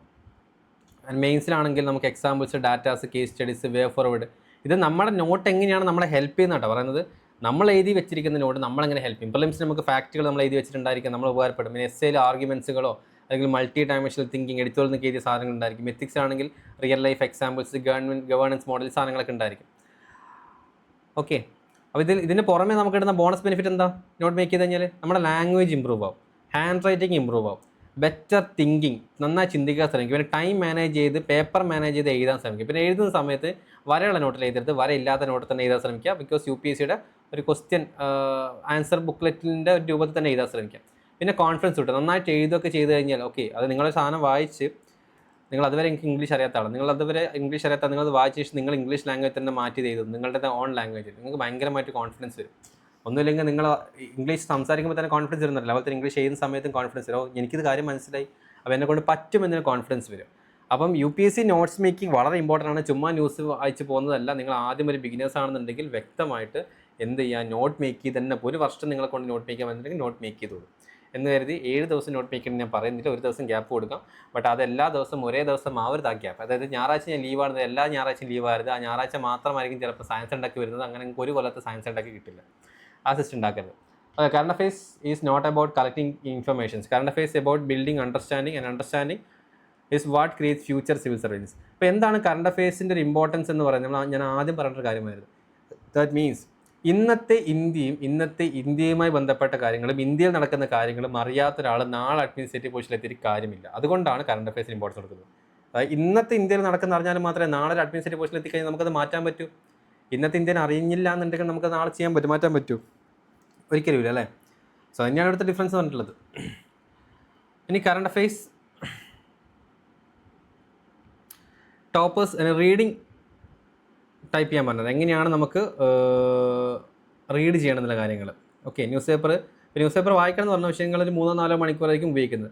അപ്പം ബിഗിനേഴ്സ് ചെയ്യുന്ന കാര്യം എന്താണ്, ഒരു 2-3 ഹവേഴ്സ് ഉപയോഗിക്കും. അതുപോലെ തന്നെ 2-3 ഹവേഴ്സ് ആകെ നിങ്ങൾ എന്താണ് എക്സോസ്റ്റഡ് ആവും, റിട്ടൻഷൻ ടൈം വളരെ കുറവായിരിക്കും. അപ്പോൾ ടോപ്പേഴ്സ് അപ്രോച്ച് ചെയ്യുന്നത് 45 മിനിറ്റ് കൊണ്ട് വേഗം വായിച്ചെടുക്കുക. മാക്സിമം ഔട്ട്പുട്ട് സ്ട്രക്ചേർഡ് ആയിട്ടുള്ള റീഡിങ്, കോൺസ്റ്റൻ്റ് റിവിഷൻ. സജസ്റ്റഡ് ആയിട്ടുള്ള ടൈം ഡിവിഷൻ പറയുന്നത് ഫ്രണ്ട് പേജിൽ 5 മിനിറ്റ് വായിക്കുക, നാഷണൽ ന്യൂസിൽ ഒരു 10 മിനിറ്റ്, മൊത്തത്തിൽ ഒരു 10 മിനിറ്റ് ഇൻവെസ്റ്റ് ചെയ്യുക, എഡിറ്റോറിയൽ 10-15 മിനിറ്റ് ഇൻവെസ്റ്റ് ചെയ്യുക, അതുപോലെ തന്നെ economy 5 minute, international relations 5 minute, environment and science ഒരു 5 മിനിറ്റ്. ജസ്റ്റ് ഒന്ന് വായിച്ചാൽ മതി, ഡീറ്റെയിൽ ആയിട്ട് കാര്യങ്ങളിലേക്ക് വേണ്ട. ഇതാണ് നിങ്ങളുടെ റീഡിംഗ് ടൈം വേണ്ടത്. ഓക്കെ, റൈറ്റിംഗ് നിങ്ങൾ വേറെ ടൈം എടുത്തോളൂ, കുഴപ്പമില്ല. പക്ഷേ റീഡിംഗ് ടൈം ഇത്ര മാത്രമേ പാടുള്ളൂ. ഇനി ഞാൻ പറഞ്ഞൊരു കാര്യം, ഞാൻ പറയുന്നൊരു മെത്തേഡാണെന്നുണ്ടെങ്കിൽ എന്താണ് ഇതിൻ്റെ ഒരു ഓൾട്ടർനേറ്റീവ് ആയിട്ടുള്ളൊരു മെത്തേഡ് നിങ്ങൾക്ക് പറഞ്ഞുതരാം. ഒരു ഓൾട്ടർനേറ്റീവ്, ഇതൊരു മെത്തേഡാണ്, ഞാൻ ജസ്റ്റ് ഒന്ന് കണക്കുകൾ കാണിച്ചിട്ട് വേണ്ടി കാണിച്ചാണ്. ഇതിൻ്റെ ഓൾട്ടർനേറ്റീവ് മെത്തേഡും കൂടി പറഞ്ഞു, നിങ്ങൾക്ക് ഇതോ അല്ലെങ്കിൽ അതോ യൂസ് ചെയ്യാം. അതായത് ടൈമാണ് ഇമ്പോർട്ടൻറ്റ്. ന്യൂസ് പേപ്പർ വായിക്കുന്ന സമയത്ത് പലപ്പോഴും 4-5 മണിക്കൂർ ഇൻവെസ്റ്റ് ചെയ്യപ്പെടുന്നത് പല ആസ്പിറൻസ് ചോദിച്ചുകൊണ്ട് പറയുന്നത്. അപ്പോൾ എന്താ ചെയ്യേണ്ടതെന്ന് വെച്ച് കഴിഞ്ഞാൽ നിങ്ങൾ ന്യൂസ് പേപ്പർ എടുക്കുക. ന്യൂസ് പേപ്പർ എടുത്തതിന് ശേഷം ന്യൂസുകളൊക്കെ ഇമ്പോർട്ടൻ്റ് ആണ്. ഞാൻ പറഞ്ഞു നിങ്ങളൊരു 365 ദിവസം, ഒരു വർഷം കഴിയുന്ന സമയത്തേക്ക് നിങ്ങൾ ഇതിനേക്കാൾ ഡീറ്റെയിൽ ആയിട്ട് ന്യൂസുകൾ അറിയും. അപ്പോൾ ആദ്യത്തെ ദിവസം തന്നെ എല്ലാ ന്യൂസുകളും മഗ്ഗപ്പ് ചെയ്യുന്നതിന് പകരമായിട്ട് 1 hour ടൈം, ഒരു അലാറോ അല്ലെങ്കിൽ ടൈമറോ വെച്ചിട്ട് സ്റ്റോപ്പ് വാച്ചിട്ട് 1 hour ടൈം വെച്ചിട്ട് 1 hourനുള്ളിൽ നിങ്ങളൊരു എഡിറ്റോറിയലും അല്ലെങ്കിൽ 2 എഡിറ്റോറിയലും അതുപോലെ തന്നെ 2 ന്യൂസും, നിങ്ങൾക്ക് ഇഷ്ടമുള്ള 2 എഡിറ്റോറിയൽ 2 ന്യൂസും മാത്രം വായിക്കാം. എന്നിട്ട് എന്ത് ചെയ്യുക, അത് നോട്ടിലേക്കും എഴുതാം. ഇതെല്ലാം കൂടി 1 hour എടുക്കട്ടോ. ഇനി 2 നിങ്ങൾ ഈ ബിഗിനേഴ്സ് ആണെന്നുണ്ടെങ്കിൽ ഞാൻ ഒരു എഡിറ്റോറിയലും ഒരു സാധാ ന്യൂസും എടുക്കാം. എന്നിട്ട് നിങ്ങളത് വായിച്ച് മനസ്സിലാക്കിയ ശേഷം എന്ത് ചെയ്യുക, നിങ്ങൾ നോട്ട്ബുക്കിലേക്ക് എഴുതുക. ഓക്കെ, ഇതെല്ലാം 1 മണിക്കൂറിൽ തീർക്കണേ. ഇനി ഇങ്ങനെ ഒരു ആഴ്ച പ്രാക്ടീസ് ചെയ്യുക. അപ്പോൾ നിങ്ങൾ ഓട്ടോമാറ്റിക്കലി നിങ്ങൾ കുറച്ചുകൂടി ഇമ്പ്രൂവ് ആവും. അതിനുശേഷം നിങ്ങൾ ഒരാഴ്ച കഴിഞ്ഞതിന് ശേഷം എന്താക്കുക, ഈ 1 മണിക്കൂർ ടൈമിന് വെച്ചിട്ട് 2 എഡിറ്റോറിയലും ഒരു ന്യൂസും കൂടി ഇൻക്ലൂഡ് ചെയ്യുക, 1 മണിക്കൂർ തന്നെ. അങ്ങനെ പിന്നെ വീണ്ടും ഒരാഴ്ച കഴിഞ്ഞ സമയത്ത് 2 ന്യൂസ് ആഡ് ചെയ്യുക. പിന്നെ ഒരു മാസം, അങ്ങനെ ഒരു 2 മാസം നിങ്ങൾ കഴിയുന്നതോട് കൂടി തന്നെ 1 മണിക്കൂർ കൊണ്ട് തന്നെ നിങ്ങൾ കംപ്ലീറ്റ് ന്യൂസ് പേപ്പർ വായിക്കേണ്ട ലെവലിലേക്ക് നിങ്ങൾ പോലും അറിയാതെ നിങ്ങളെ സ്പീഡ് എത്തും. ഇത് ഓൾറെഡി പയറ്റി തെളിഞ്ഞ സാധനം കേട്ടോ. ഓൾറെഡി പല ആസ്പിറൻസിലും പയറ്റി തെളിഞ്ഞൊരു സാധനമാണ്. അതുകൊണ്ട് ഇതൊന്ന് പ്രാക്ടീസ് വെക്കരുത്. നിങ്ങൾ മൊത്തം വായിക്കാൻ തുടങ്ങിക്കഴിഞ്ഞാൽ നിങ്ങൾക്ക് ഒരിക്കലും തരും, നിങ്ങൾ ആകെ എക്സോസ് ആകെ പ്രാന്ത് പിടിക്കും. കറണ്ട് അഫയേഴ്സ് ഭയങ്കര വില്ലനായിട്ട് മാറും. അതുകൊണ്ട് 1 മണിക്കൂർ ടൈം നോക്കുക, ഇഷ്ടമുള്ള 2 ടോപ്പിക് എടുക്കുക, വായിക്കുക. ഒരാഴ്ച കഴിഞ്ഞിട്ട് 3 ആക്കുക, 4 ആക്കുക, 5 ആക്കുക, 6 ആക്കുക. അങ്ങനെ 1 മാസം 2 മാസം കഴിയുന്നതിനുള്ളിൽ നിങ്ങൾ കംപ്ലീറ്റ് ന്യൂസ് പേപ്പർ 1 മണിക്കൂറിനുള്ളിൽ വായിച്ച് തീർക്കും. ആ ലെവലിലേക്ക് നിങ്ങൾ എപ്പോഴെത്തുന്നോ ധൈര്യമായിട്ട് ഇറങ്ങിക്കോ. UPSC നിങ്ങൾക്കുള്ള സാധനമാണ്. ലാസ്റ്റ് ആൻഡ് ഫൈനൽ പ്രിലിംസിൽ കടമ്പായിരിക്കും, അത് നമുക്ക് ചാടിക്കിടക്കാം. പക്ഷേ മെയിൻസിൽ നിങ്ങൾ കിട്ടും, നിങ്ങൾ കാര്യങ്ങൾ പൊക്കോളും. കറണ്ട് അഫയേഴ്സിൽ എപ്പോഴാണ് നിങ്ങൾ ഹോൾഡ് വെക്കുന്നത് അവിടെ നിങ്ങൾക്ക് പോയിന്റ് ഉണ്ട്. Okay,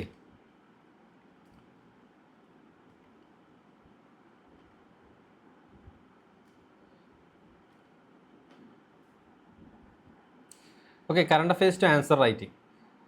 most students read news, toppers convert news into answers. അപ്പോൾ ന്യൂസ് വെറുതെ വായിക്കാന്നതിനേക്കാൾ ന്യൂസ് നമുക്ക് എന്താക്കാൻ വേണം, നമ്മുടെ ആൻസേഴ്സ് ആക്കി മാറ്റണം അല്ലേ, അതാണ് ഇമ്പോർട്ടൻറ്റ്.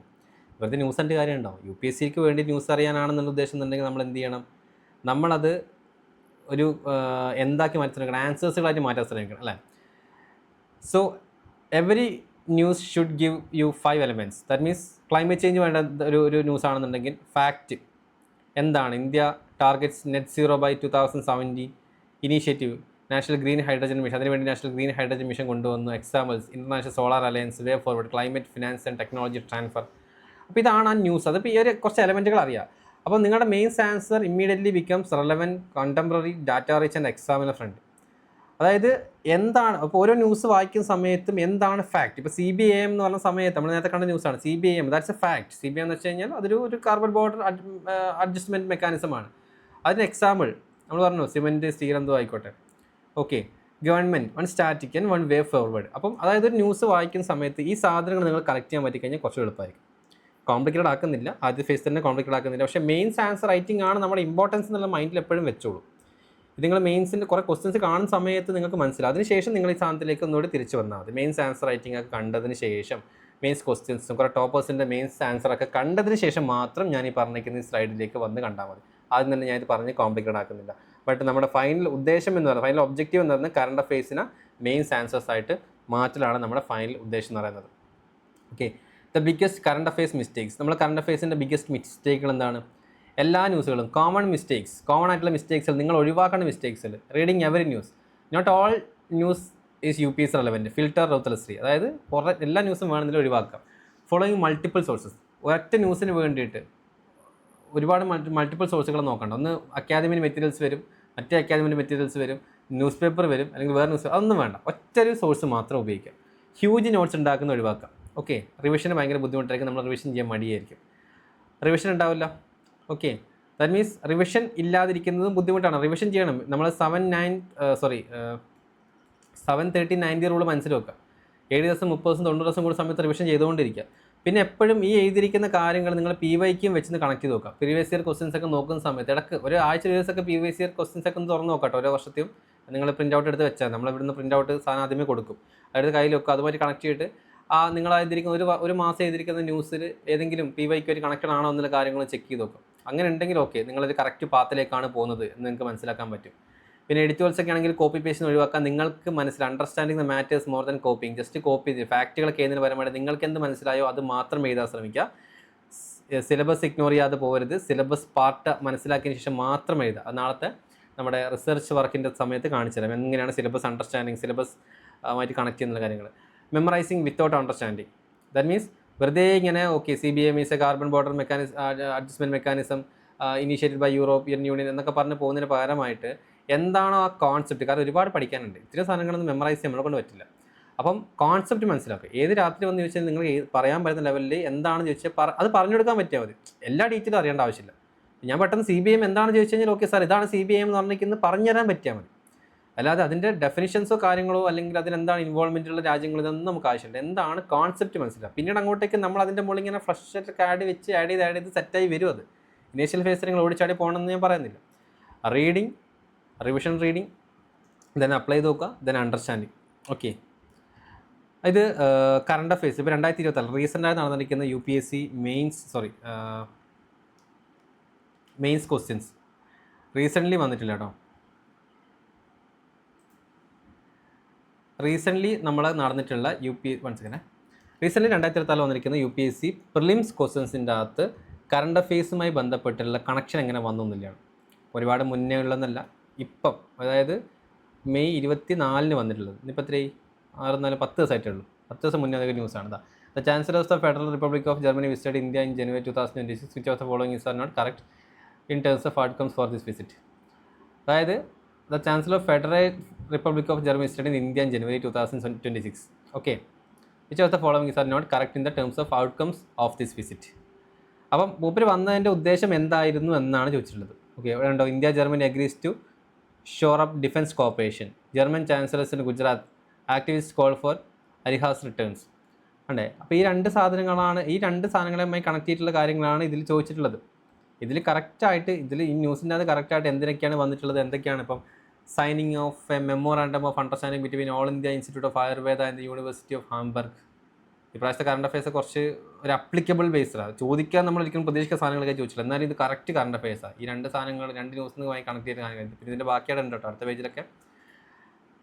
അതാണ് പറഞ്ഞത്, കറണ്ട് അഫയേഴ്സിൻ്റെ ഇമ്പോർട്ടൻസ് നോക്കൂ. ഇത് ഞാനെടുത്ത് കാണിച്ചു കഴിഞ്ഞാൽ സ്ലൈഡിൻ്റെ എണ്ണം കൂടുന്നുണ്ടായി. കാണിച്ചു തുടങ്ങി കഴിഞ്ഞാൽ ചിലപ്പം ഈ പറഞ്ഞിരിക്കുന്ന പ്രിലിംസിൻ്റെ കംപ്ലീറ്റ് ക്വസ്റ്റ്യൻസും ഞാൻ കറണ്ട് അഫയേഴ്സ് വരെ കാണിച്ചു തരും.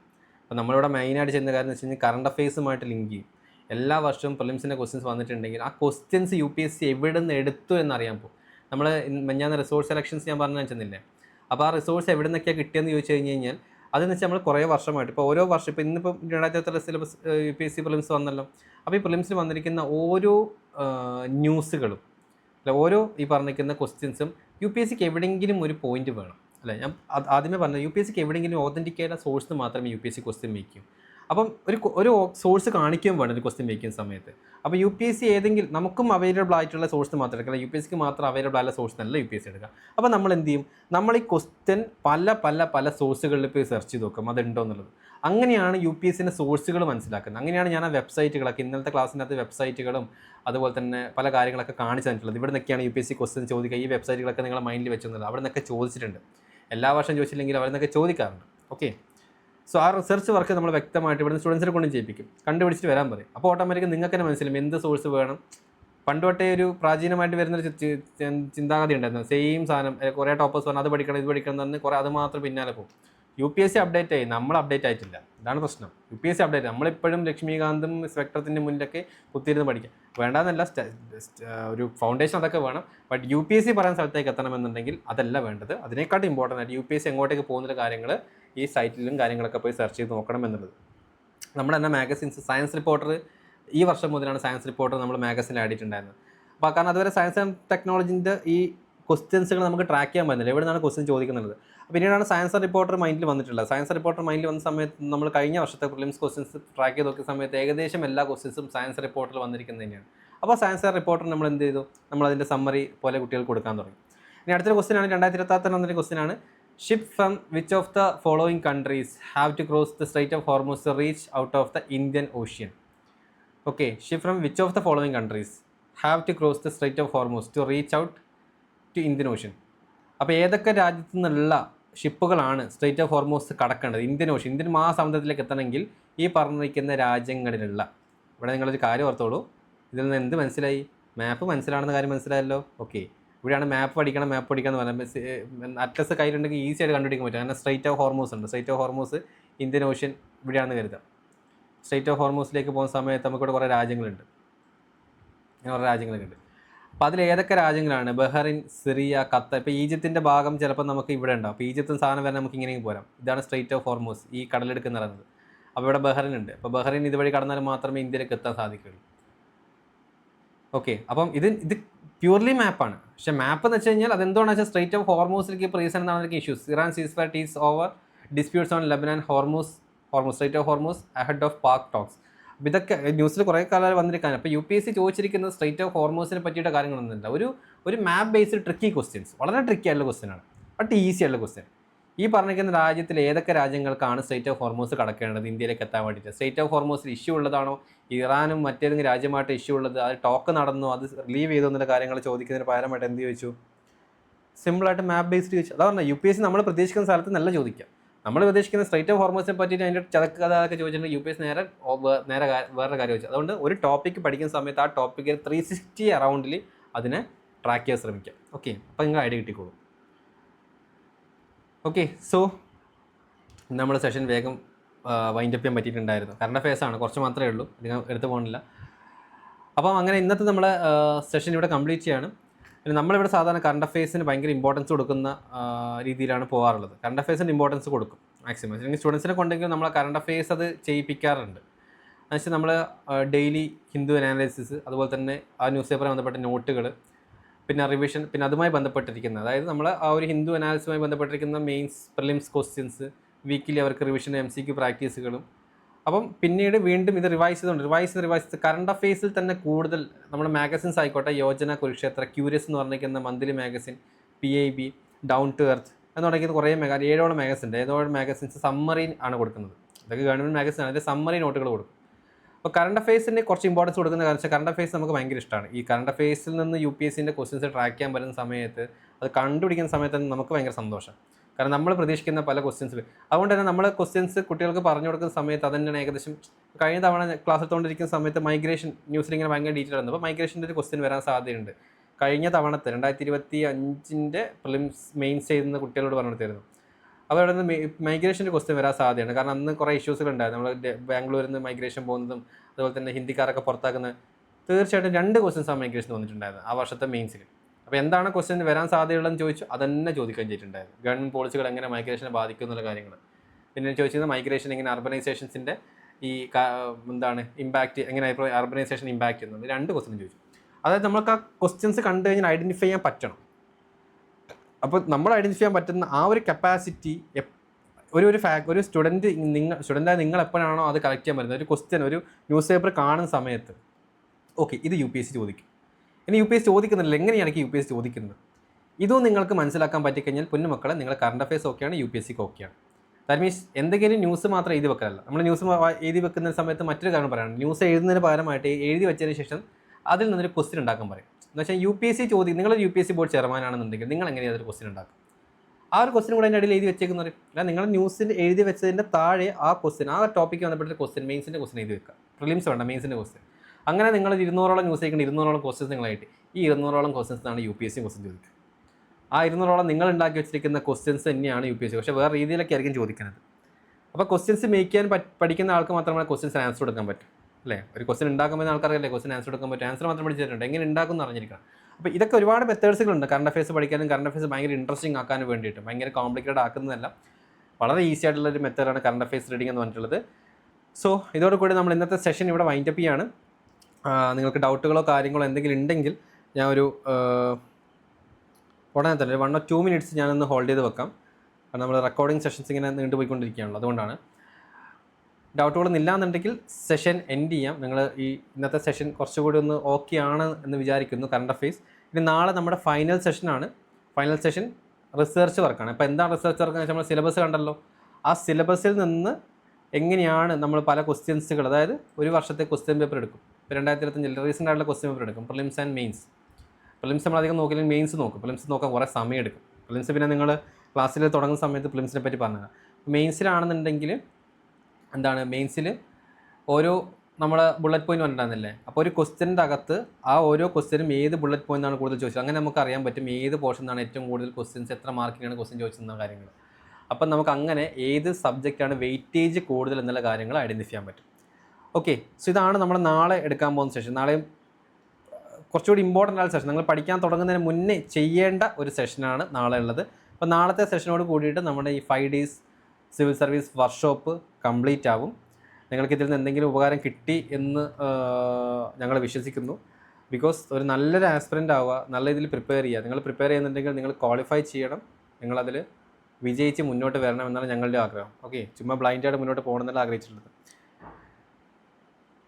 ഓക്കെ, സോ എനിവേ കൂടുതൽ കാര്യങ്ങൾ പറയുന്നില്ല, ഡൗട്ടുകളൊന്നും ഇല്ല എന്ന് പ്രതീക്ഷിക്കുന്നു. Thank you, good bye and good night.